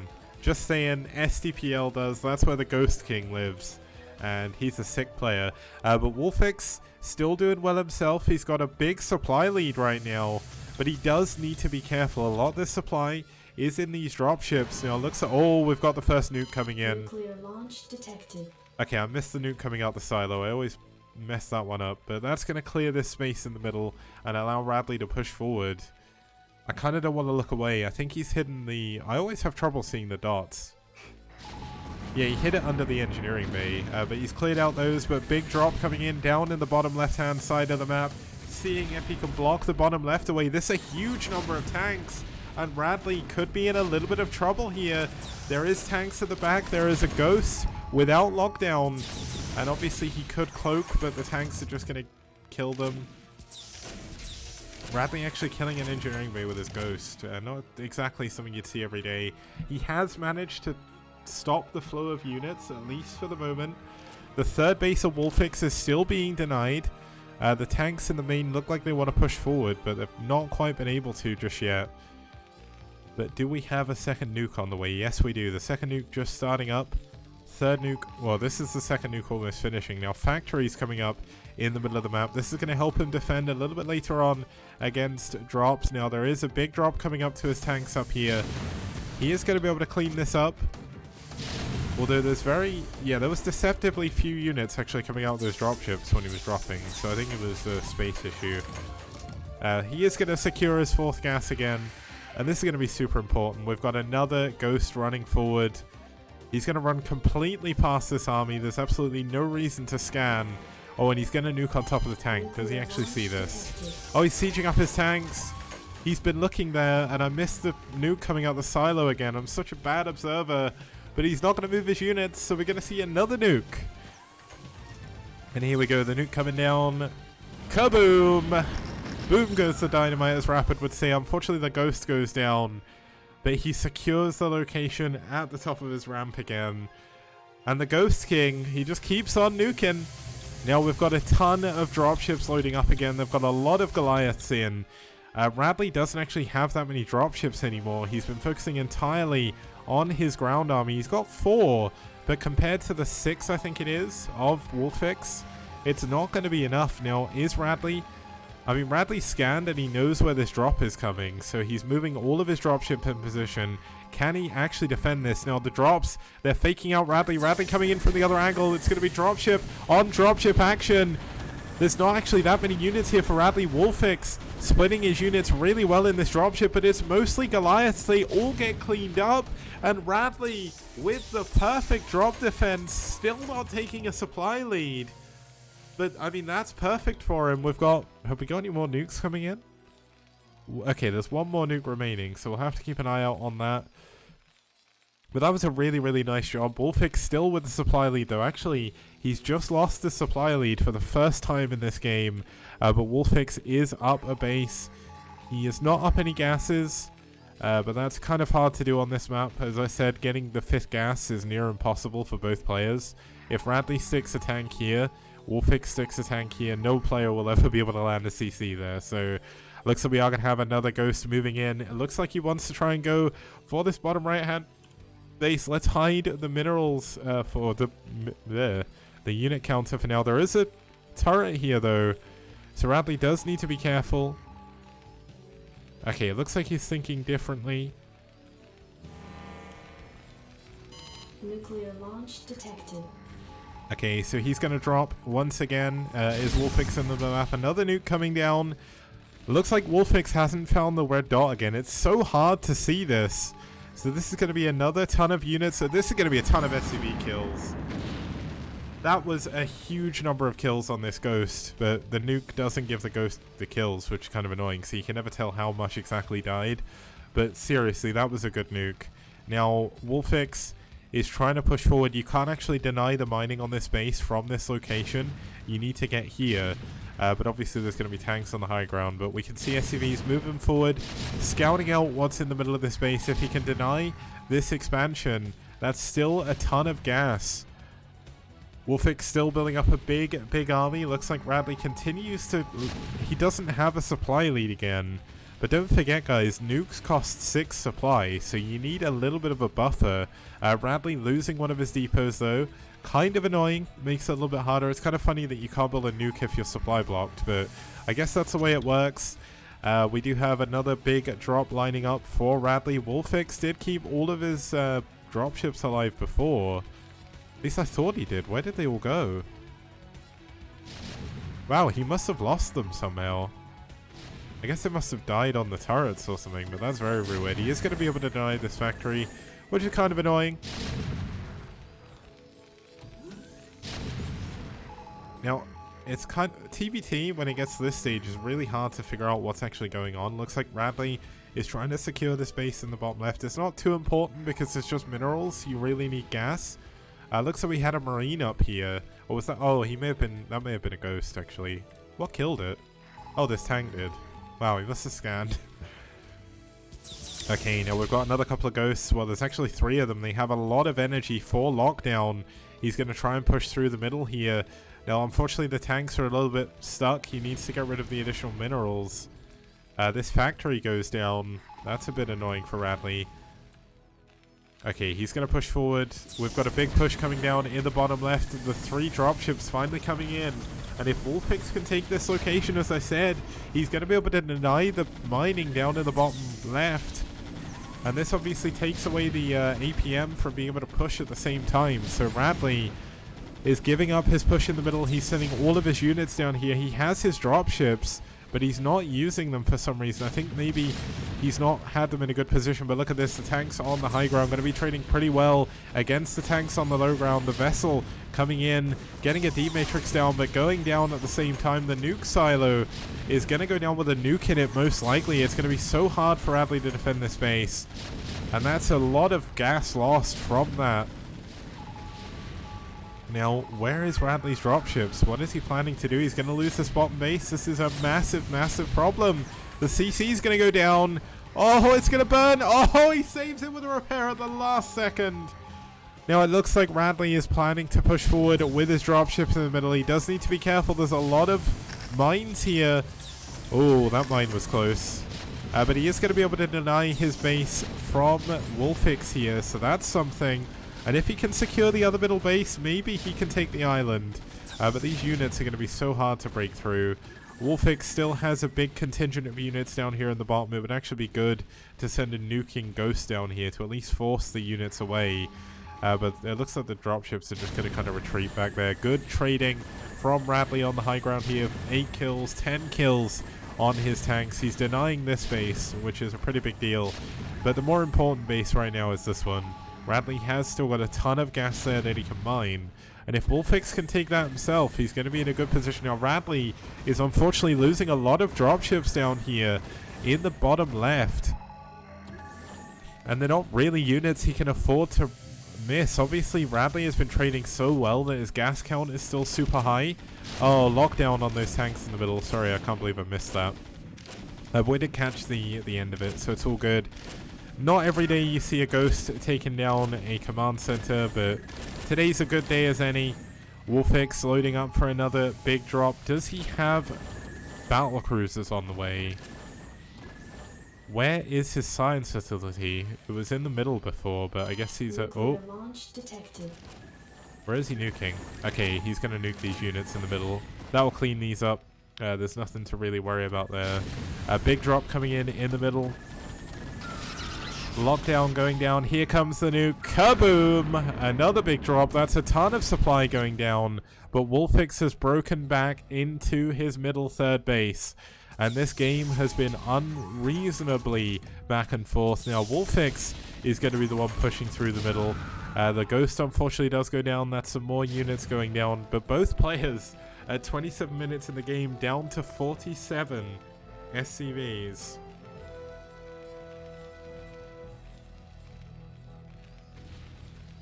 The current base count for both players, we have 1, 2... This base is entirely mined out, so there's only 2 bases mining, realistically, for Wolfix. He's going to get his third base again. And Radley is also on 2 bases, but Radley, he's got more nukes on the way. We have a CC trying to take his mineral only. Radley's got a little bit of a bank, but he does still need to be careful. The nuke coming out, I'm not actually sure where this goes. Oh, the Ghost is above these units. Oh no, this is going to be a huge nuke if this lands. A scan going down on top of the units to keep an eye on them. He's going to push forward at the same time. Here comes the nuke. Kaboom! All of those units going down. Radley trading so efficiently with these nukes in this game. And he's going to secure his bottom left-hand expansion.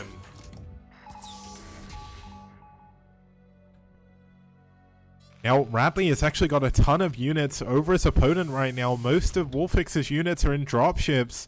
If he goes, he can actually deny the bottom right-hand base. And if he denies Wolfix away from that gas, that could be massive. Now, it's actually depleted. It's got 2k gas in it still, so very important. But drop coming in the middle of the map as Radley pushes to the bottom right. This is a very important base for Radley still. His lockdown on 2 of them. Oh, lockdown on 3 of the tanks. That's a useful move. Some of the units getting stuck behind here, and it's going to allow him to at least stabilize a little bit. Looks like he's going to take down the mineral-only base down here. Going to be able to take a position over this hurt command center from the nuke before. And most importantly, the nuke silo is still alive. Now, does he have... Yeah, he has cloak on that, but I don't think he wants to nuke just yet. Another lockdown coming in. Radley holds the middle of the map, and Wolfix, he's not mining from his extra base now, and he's been blocked away from the bottom right-hand base. Well, almost. Now, we do have a Goliath heading forward. That's going to be able to do that. We've got another tank coming down here. No Ghost in any nukeable positions at the moment, so that nuke isn't going to be doing too much for the moment. But the Goliath of Radley, 3-2 upgrades for Radley, 3-1 for Wolfix. And it looks like the Ghost wants to go in. No, he doesn't have enough energy for Cloak, and he's only on 3 health, so not exactly the best move. Gonna wait, probably save up for a lockdown.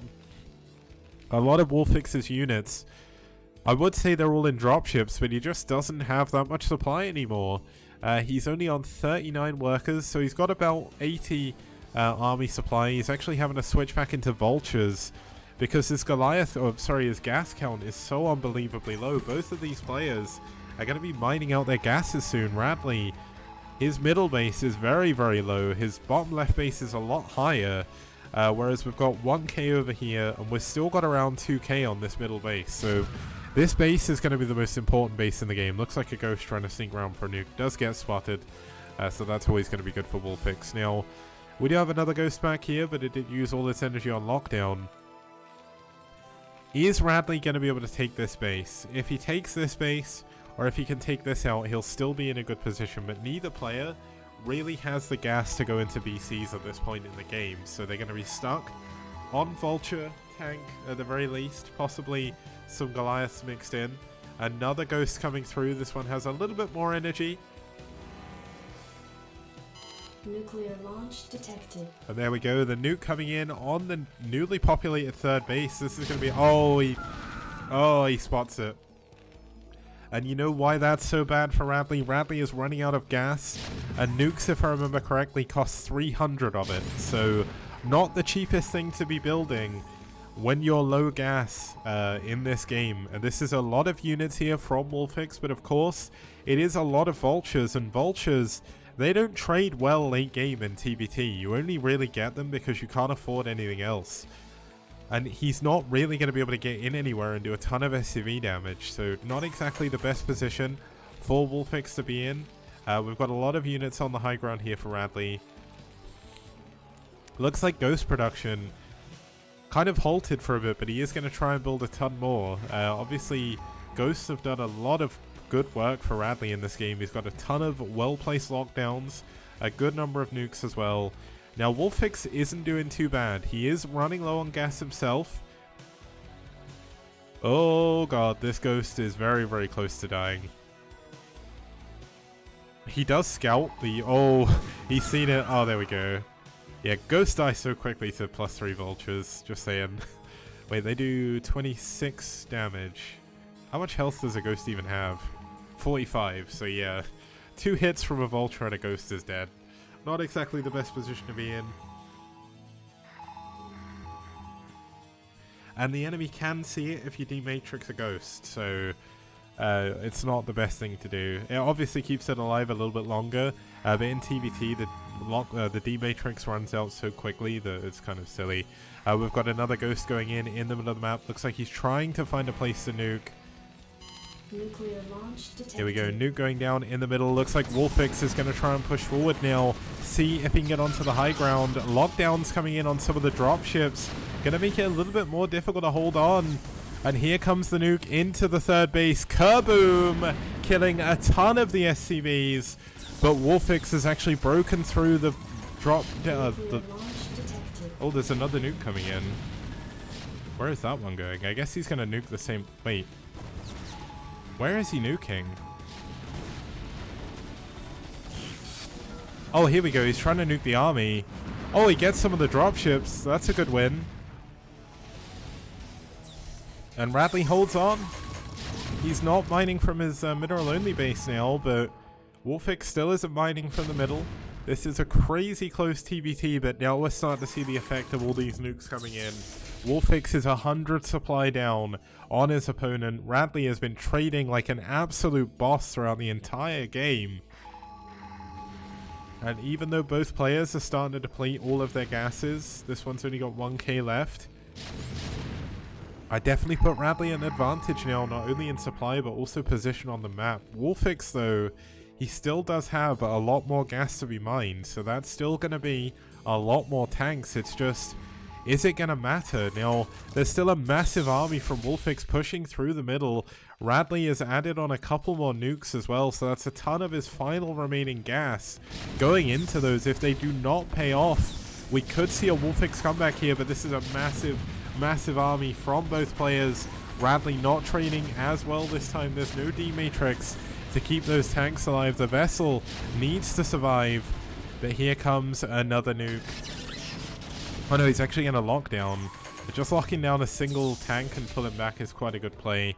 You don't want to run the risk of losing the ghost. Vultures coming in from the bottom. Going to be able to see if they can break through. This command center is likely going to be blocked, but another lockdown on those retreating tanks. Very, very useful. Super good to trade well this late game in TVT. And Wolfix still isn't mining from the minerals. As you can see, neither player can take this middle base still, because 2 tanks are on the high ground for Wolfix. It's so funny watching that base in TVT, because no one is ever going to be able to get the gas. Now looks like Radley is getting ready with 2 of his... Oh, a scan going down immediately. Wolfix knowing what Radley wants to do. And there's not enough energy really on this cloak. Oh my god, he scans again. How does Wolfix know? Oh no, the ghost is going to go down. Okay, he's going to try and risk going through past another scan, but there we go, another ghost is down. And Radley doesn't have many of them left. He's building 3 of them still. But he's not able to find the value nukes anymore. Wolfix is getting really good, being on top of his game of scanning to make sure that he doesn't get nuked. And it's really amazing that we've got 170 of you wonderful people watching this wonderful game, because I love TVT so much, and seeing so many ghosts is amazing. Looks like we're going to have a ghost moving down into the bottom right hand position now. Ghost obviously going for a nuke on this base would be pretty big. One of the final remaining bases for Wolfix. Obviously lockdown on the dropships would be good as well, but not enough energy on this. But look at this. Wolfix using his dropships to ferry around a small number of units. Going to keep his base alive. It's going to be very difficult for Radley to push into this. Now Radley is nearly depleted on all of his gas geysers. Now the only option he actually has is using a dropship, building a geyser, and then ferrying them in and out of his main. But that's very manual, but it is going to be the only way he'll be mining a decent amount of gas. Now it looks like he's going to push through the middle of the map still. Wolfix getting ready to push through. There is 2 lockdowns on both these ghosts. Oh, there's one now.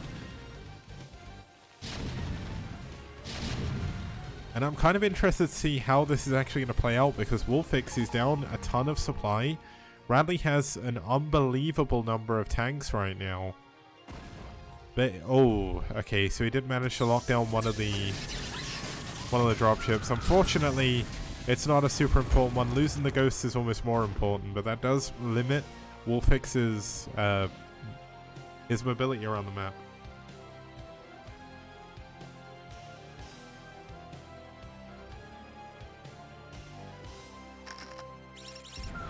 Okay, another ghost goes down. There is a nuke somewhere, I think. Oh, he wasted a nuke. Oh no, that's massive. That Nuclear launch detected. Oh, there is a nuke coming in. He's finally nuked this location again. Is there going to be a scan coming in though? Wolfix should know that this is a nukeable location. He's nuking underneath the fire. Yeah, there we go. He's nuking underneath the fire. Another lockdown on that bottom siege tank. He breaks through, and he's going to be able to push his siege tanks through the middle. This lockdown, absolutely massive. He's going to get a position over this 3rd base. There is actually still gas to be mined at this base. There's not much, but it's a very important resource, and he doesn't have much of it going. And I think this may be the final straw. Radley getting an amazing position. The ghost is not going to be able to nuke again, I don't think, because he just doesn't really have the money for it. But Radley is finally going to be able to take this position over the 4th base. Maybe now he can take and land his command center. That'd be really good. He's pushing through the middle, seeing if he can get any damage done there. But, I mean, Wolfix still has a ton of units. Let's not get it twisted. Unfortunately, he has no bases, so there's this mineral-only base that's almost mined out. Radley has got a 4k mineral bank, and this is the final stand for Wolfix. He's going to push forward, see if he can break through Radley's army, but unfortunately for him, Radley has a ton more where that came from. And a ghost coming in once again, sneaking around, seeing if he can get in a position to nuke. Let's see what bases has the nuke. Okay, so it'll be the bottom base. There we go. Nuke coming out. Detected. Oh, scan. Well, Wolfix is never ever gonna miss a ghost ever again, I don't think. So that's amazing. Like, this is like perfect practice for Wolfix to get used to the minimap, man. Like, if you weren't sure how to spot for ghosts, play against Radley in the TVT, because you are going to be constantly scouting for them. Now Radley is finally in a position where he can take this gas in the middle, and the more gas he can mine, Long the live better the it ghost. is. Oh, huge thank you for the $15 donation, Weaponized Funk. It's also awesome that there's a ghost GIF for the donation screen. So, I mean, Ghost King, man, Ghost King Radley knows how to put on a show. And this is probably one of the most action-packed TBTs we've had in the STPL, so it makes me glad we've all been here to watch it. Now we do have another nuke ready, I believe. Yeah, there's a nuke in this silo. A nuke is almost done in this silo as well, but is Radley getting a chance to use it? Sandora. Thank you, Suri, for the 50-bit cheer, man. Nice meme as well. Now, are we going to see a drop coming in? Yeah, looks like he wants to try and drop on the low ground here to at least try and keep this base alive. Now, obviously, Wolfix has a ton of minerals left to mine here, whereas Radley is almost completely mined out at every other base on the map. But if Radley can secure this location, he is 100% going to win this game. Now, he's even mined out the minerals in the middle. That's how much he wants money. He just needs money of any kind. And Wolfix doesn't really have any money to actually deal with this right now. He doesn't want to trade units away for nothing. He has to defend his final base. Now look at this. 3 tanks on the high ground. All of a sudden, you're not mining on this base anymore. So Radley is completely mined out. He has a massive bank still though. And that's going to save him, I think, in this game. But dropships ferrying in over the top. Wolfix can't really deal with this anymore. There are a couple of tanks spawning. But is it going to be enough? Radley looks like he's going to put the nail in the coffin. I don't think we're going to get another nuke this game, unfortunately. But it doesn't matter too much. Radley obviously playing this absolutely perfectly. And Blitz X is an incredible map. I do agree, Weaponized Funk. It's so fun, not only in TBT, but also the other matchups as well. Now, Wolfix trying to go for a drop. The Goliath, though, going to be able to clear up a lot of that HP. Now, I kind of want to just see Radley throw a ton of nukes down on all the factories, because that's the only thing keeping Wolfix in this game right now. He's down almost 100 supply. Radley has a ton of units absolutely everywhere, but Radley, unfortunately, as with all TBTs, he doesn't know exactly how much stuff his opponent has. And that's mostly because he has 2 nuke silos. He doesn't have a ton of scans. As you can see, he's been using all of his scan energy, but he can't be sure if Wolfix doesn't have an army somewhere. And that's the big problem. Like, there's been so many scans just going off everywhere from both players. I love this in TBT. It's so much fun. Let's go Radley Wolfix ace match. I would actually just cry if that happened. That'd be amazing. I mean, it looks like Radley has got this game pretty much sewn up. It's going to be super difficult for Wolfix to be able to do anything about this. Now, Radley is going to pull his SCVs at the bottom. There's not really too much to take down here. They're both still fighting over... Oh, it looks like Wolfix has finally realized that Radley was trying to mine out these minerals. So that's going to be no more minerals for Radley. Radley still got 7k in the bank, though. SCV is going to take out the depleted gas in the bottom right. In case you don't realize, in StarCraft 1, unlike in StarCraft 2, when you mine from a depleted gas, I think you still get, is it 3 or is it 2 gas? You still get a little bit. I know in StarCraft 2 you don't get anything. But looks like we are going to have another couple of lockdowns, very possibly. Here we go, 1 lockdown, 2 lockdowns. Don't say we don't get anything here. STPL certainly does. And this is going to be another base going down for Wolfix, and importantly, another scanner.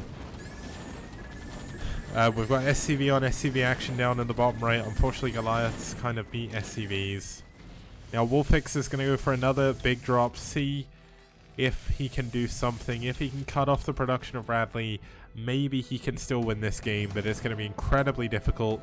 Radley is up by a 12 SCV lead. And he only has a mineral-only base to mine, so this is just a ridiculous game.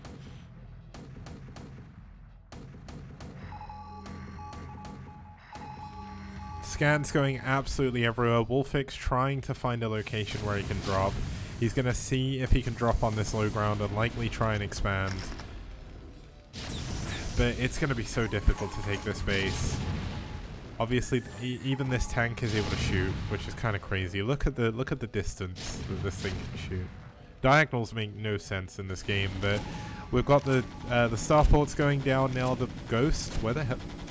Oh, the Ghost is in with the rest of the units. He's not even cloaked anymore.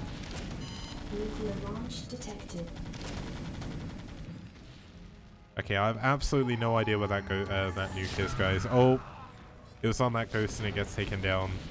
Looks like Wolfix is going to push through. He's going to get on top of the production of Radley, but Radley still has a few units in his dropships from before. Unfortunately, one of his dropships with units died, so that's a little bit unfortunate.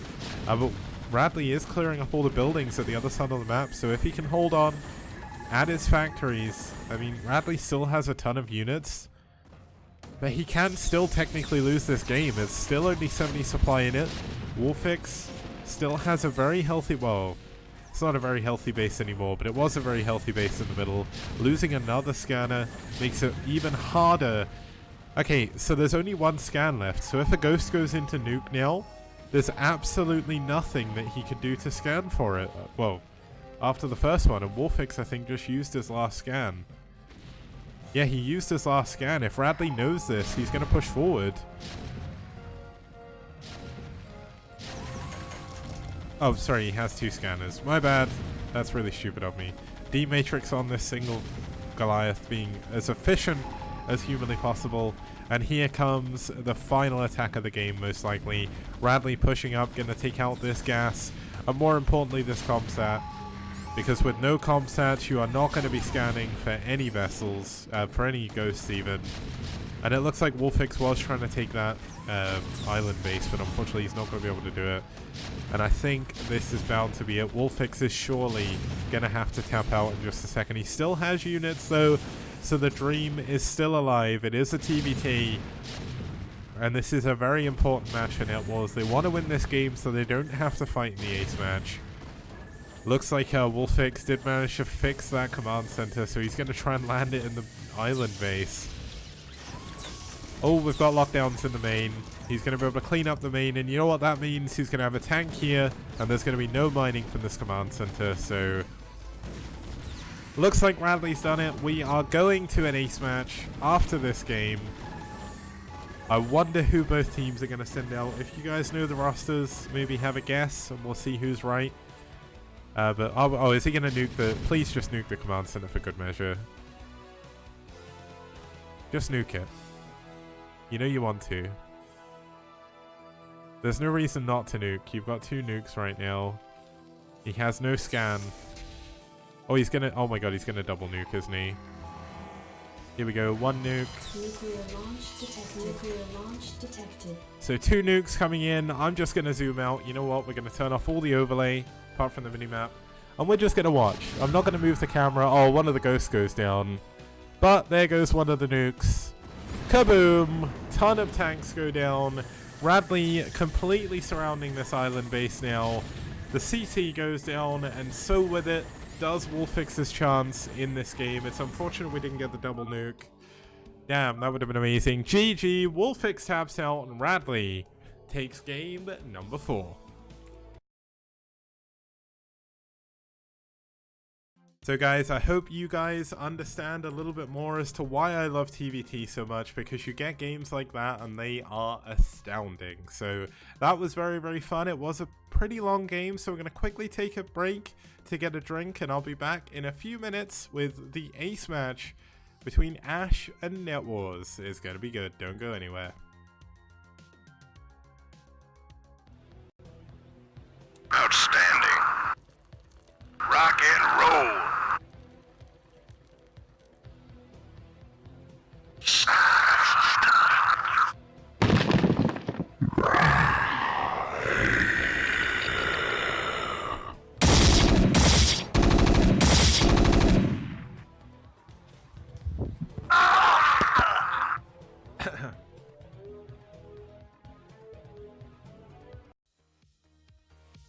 STPL does. Bio TVP. Wow! You got it. STPL does. Mass Scouts? No problem. Broadcast 3 nights a week on Monday, Wednesday, and Friday, 2100 CEST.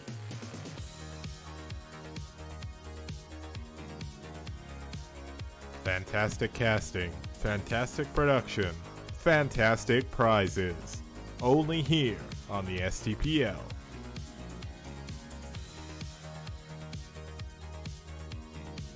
Did you know Reavers could be this radical? How did these lings even get here? All I know is that's one dead base. STPL does! Wraiths, Valkyries, Carriers, and Corsairs. Forget about it. You won't see that anywhere else. STPL does. STPL does. STPL does. STPL does. STPL does. DT's doing game-ending damage? Name a more iconic duo. We've even got carriers in PvZ. How amazing! A global team league on the scale you've never seen before. Don't see this in BWCL, STPL does. All that and more, only on this amazing 64-bit STPL. What BWCL don't. Impressed? I know I am. Why not support us on the link below? Patreon.com/kicks. But act.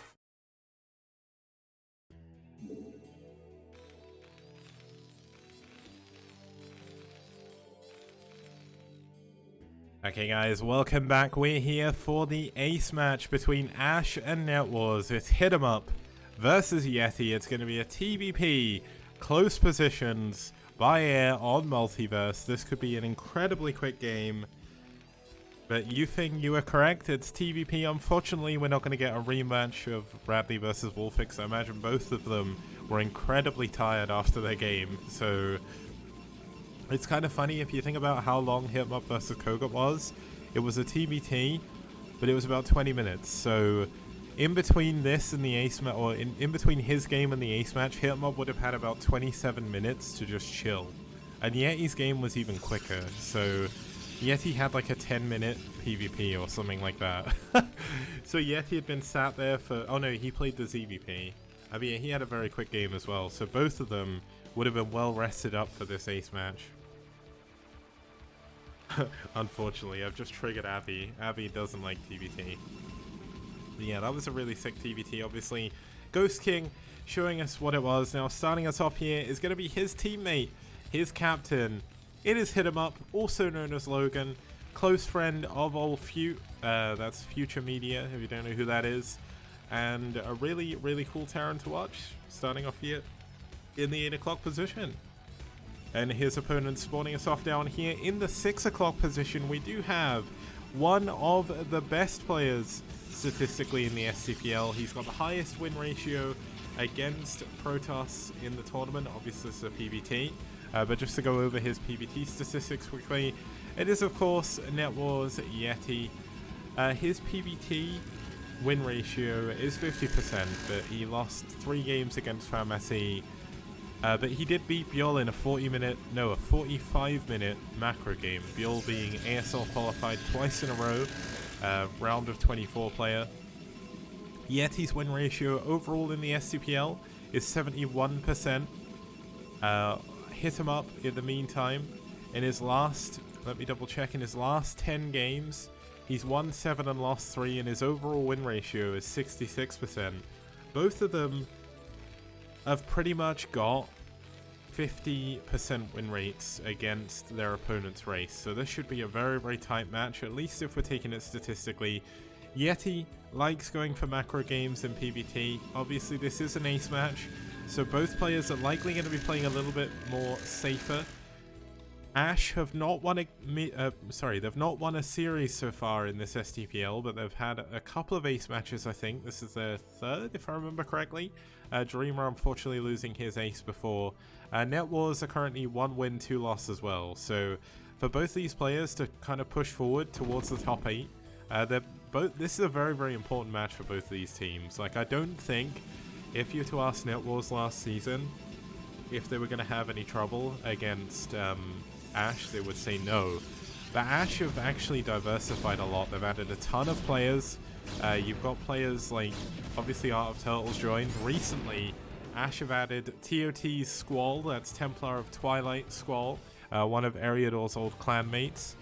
We've got LG Sabbath been added to their roster. They've added Quark as well. Quark, a really well-known English player who now lives in America. And they've added 80s Mullet as well, who hasn't played yet, but yeah, I'm really, really glad that a lot of the older names are coming back.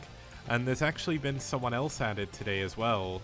Just to give you a little bit of a sneak peek, you may have seen him in the Corrupted Cup.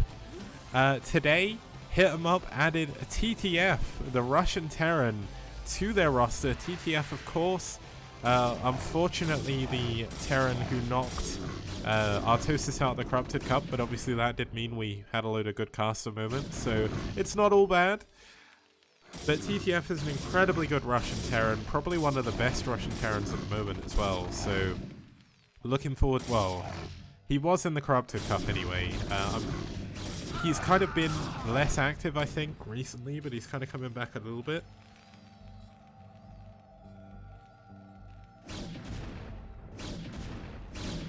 And it's not in times 2, the game is just that smooth.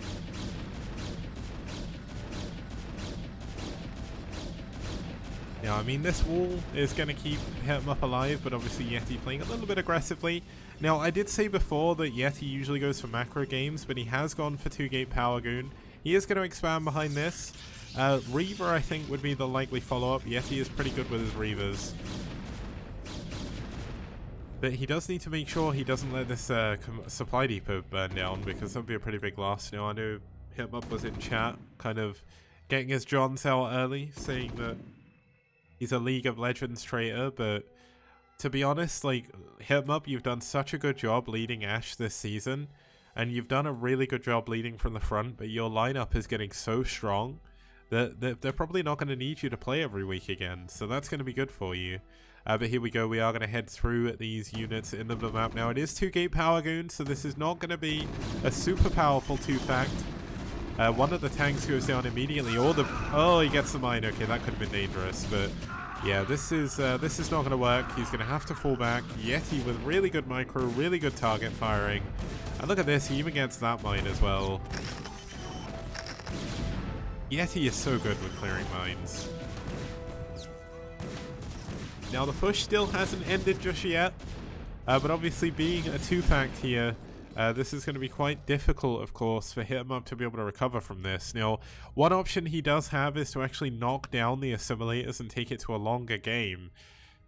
But when you have someone like Yeti who goes carriers against someone like Bjorn and wins, you've got to be careful. Now, let's see if the start step micro of Yeti is a little bit better than Eon Zerg. So Eon Zerg was playing Protoss a little bit earlier today and got a bit wrecked by mines, but here we go. Looks like Yeti, oh, Yeti unable to clear all those mines, does take a mine hit, but will get it. Oh, the mine! Okay, that was actually a massive mine hit.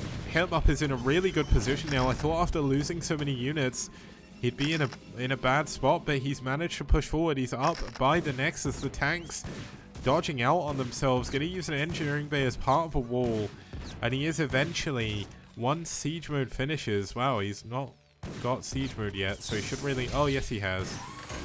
So he is going to be able to take down this Nexus most likely. Of course, it is only going to be 400 minerals worth of Nexus. He's not going to lose any probes or anything. But the important question is, how is Yeti going to respond to this? Because losing your Nexus isn't exactly easy to come back from. And not only that, if Hit 'em Up gets to here, he's going to be able to shell down some of these new gateways. So a huge amount of mines coming down. Going to make it very difficult for Yeti to push forward. You can already see Hit 'em Up is getting ready. He's going to add a turret up here as well, just to add insult to injury, keep the observers away. And this Nexus is 100% going down. Now, Hit 'em Up still has not expanded behind this, so he's playing pretty all in. Yeti, of course, is only on 1 base now, though, so it's not the worst. There's going to be a shuttle coming in. There's no robo support bay, though. So Reavers are not on the table, and that's really what you kind of need to help defend against this.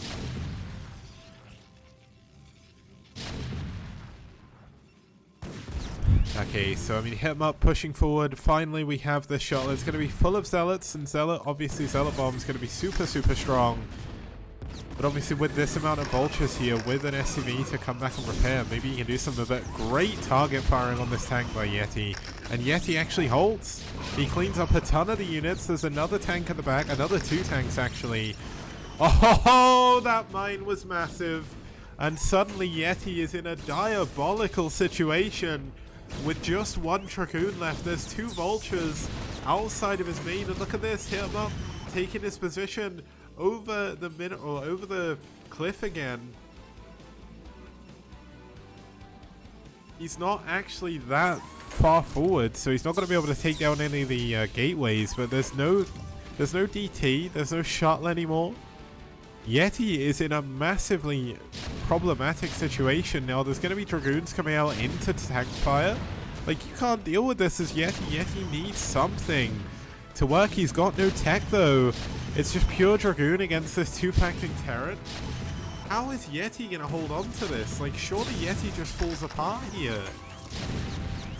Now, these mines are actually dangerously close to his tanks. If he can get some Zealots out and mine drag or something, maybe something will happen. But look, the gateway's going to go down before he can build anything. He's stuck down on 2 gateways. There is a Nexus coming in down in the bottom left, but realistically, doesn't matter. Hitmup is in an amazing position. Hitmup is up against the number 8 player in the STPL right now, and he is killing it right now. Look at this. And now the natural command center is finally up. Looks like Hitmup's going to go scout around for a hidden Nexus just in case. Another couple of gateways coming in at the back. He is playing valiantly, trying to hold on. He's going to lift up some probes and go and expand down to the bottom right still. But he's fighting a losing battle here because the quicker that Hitmup pushes forward, the faster his main Nexus is going to die. This is quite possibly the worst situation he could be sitting in.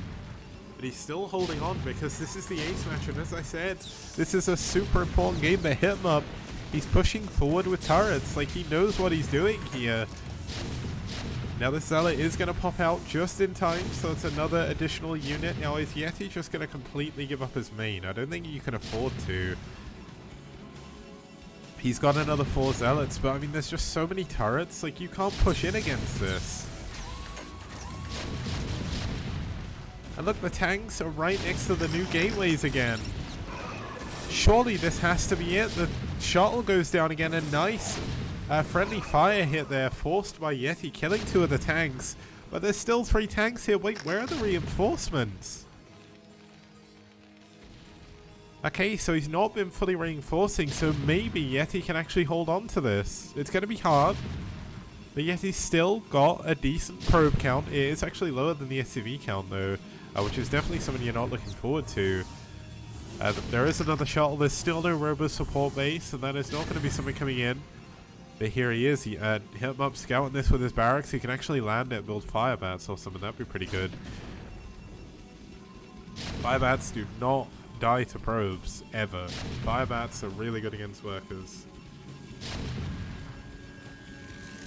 Oh, he's building marines. Okay. Well, he's got the right idea. It just would have been cooler if it was fire bats. But there is 4 zealots in the main. Let's see if they can do any damage whatsoever. This is kind of... it's kind of a Hail Mary from Yeti, because if he can't get enough damage, he's just going to lose this game.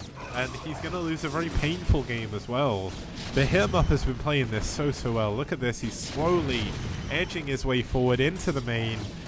Yeti's zealots have actually been cleaned up. The marines in the mineral line actually killing 4 of the probes already. They're going to get another 2. And the main Nexus is about to be shelled down. This is bound to be checkmate. aSh are going to win their first series in the STPL Season 2. And they have played an absolute blinder to be able to do it as well.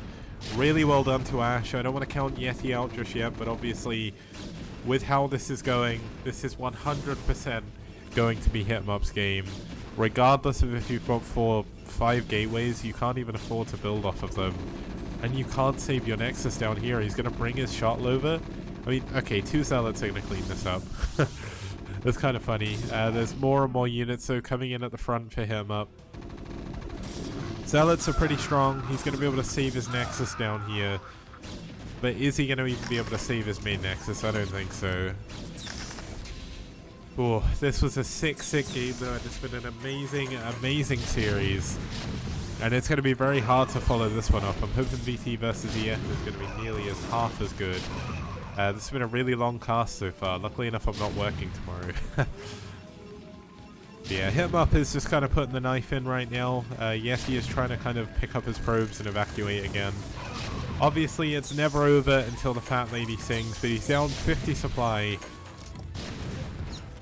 And he's certainly looking to hold on, but now there is mines outside of his only gateways. He doesn't have enough money to build a unit. He's actually only got enough money to build a single probe down here, so... Yeah, I think he's just kind of processing his loss. There's not really too much he can do about this. He can't sneak out DTs or anything. And he's going to lose all his gateways once again. Hit him up. I really kind of want to see him just expand just to make sure. I mean, maybe if that was like a killer mine drag, we could have seen some of them, but unfortunately, this is the dying breaths of the Protoss race here and NetWars in the series. Yeti played well, but Hit 'em Up played slightly better on the day, and I mean, he's done considerably well to be able to beat Yeti in a TVP like this. Given how awkwardly the initial push went from the tanks, like, this is a really good position to come back from. And look, he's getting the third base. GG. Yeti taps out, and aSh take game number 5. Okay, so that's obviously going to be the first series we will have seen aSh win in the STPL Season 2. And what an amazing series it has been. There's been 3 amazing games, or 5 amazing games to be honest, in the entire series. Let's actually have a quick look at the results. We'll see how that affects the table at the end of the cast, obviously. But that's going to be pretty good for aSh at the very least. Finally, they get their names on the board. And they come back from a 2-0 deficit as well, winning 3 games in a row. Dreamer, Radley, Hit 'em Up, the dream team, winning some really amazing games. And I mean, Koga and Yeti did such a good job in game 1 and 2 as well. So, gonna be a little bit disappointing for NetWars, but obviously Yeti, aSh are gonna be feeling super good about that game. So, really excited to have aSh kind of moving their way up the table a little bit. But Hit 'em Up, that was a really good game, so you shouldn't be sorry for not being Radley, because that was awesome. Huge shout out once again to both of our sponsors, which you can see below me somewhere. I can't point because I have no idea where I'm looking. It's Liquipedia for donating $500 to the prize pool initially. That is why we are the Liquipedia STPL Season 2. And also Maturino for giving us 200 free codes. Obviously they're going to be, oh, you need to use them, guys. So you know what, I'm just going to do my normal thing I do and fail to type donate in my own chat. I did it first time. We did it. If you hit that Maturino link and add the code LSTPL, you can add 50 cents directly to the prize pool, completely free. There is absolutely nothing you need to pay to do that, and you can sign in with your Twitch. It's all above board. Maturino helped us get $1,500 for Season 1's prize pool, and hopefully we can beat that this time in Season 2. Now I'm going to take a little bit of a longer break, probably about 5 minutes, just while I get a drink again and just give my voice a rest before we go into series number 2. It's going to be Rev versus Eternal Friend. See you guys when I get back.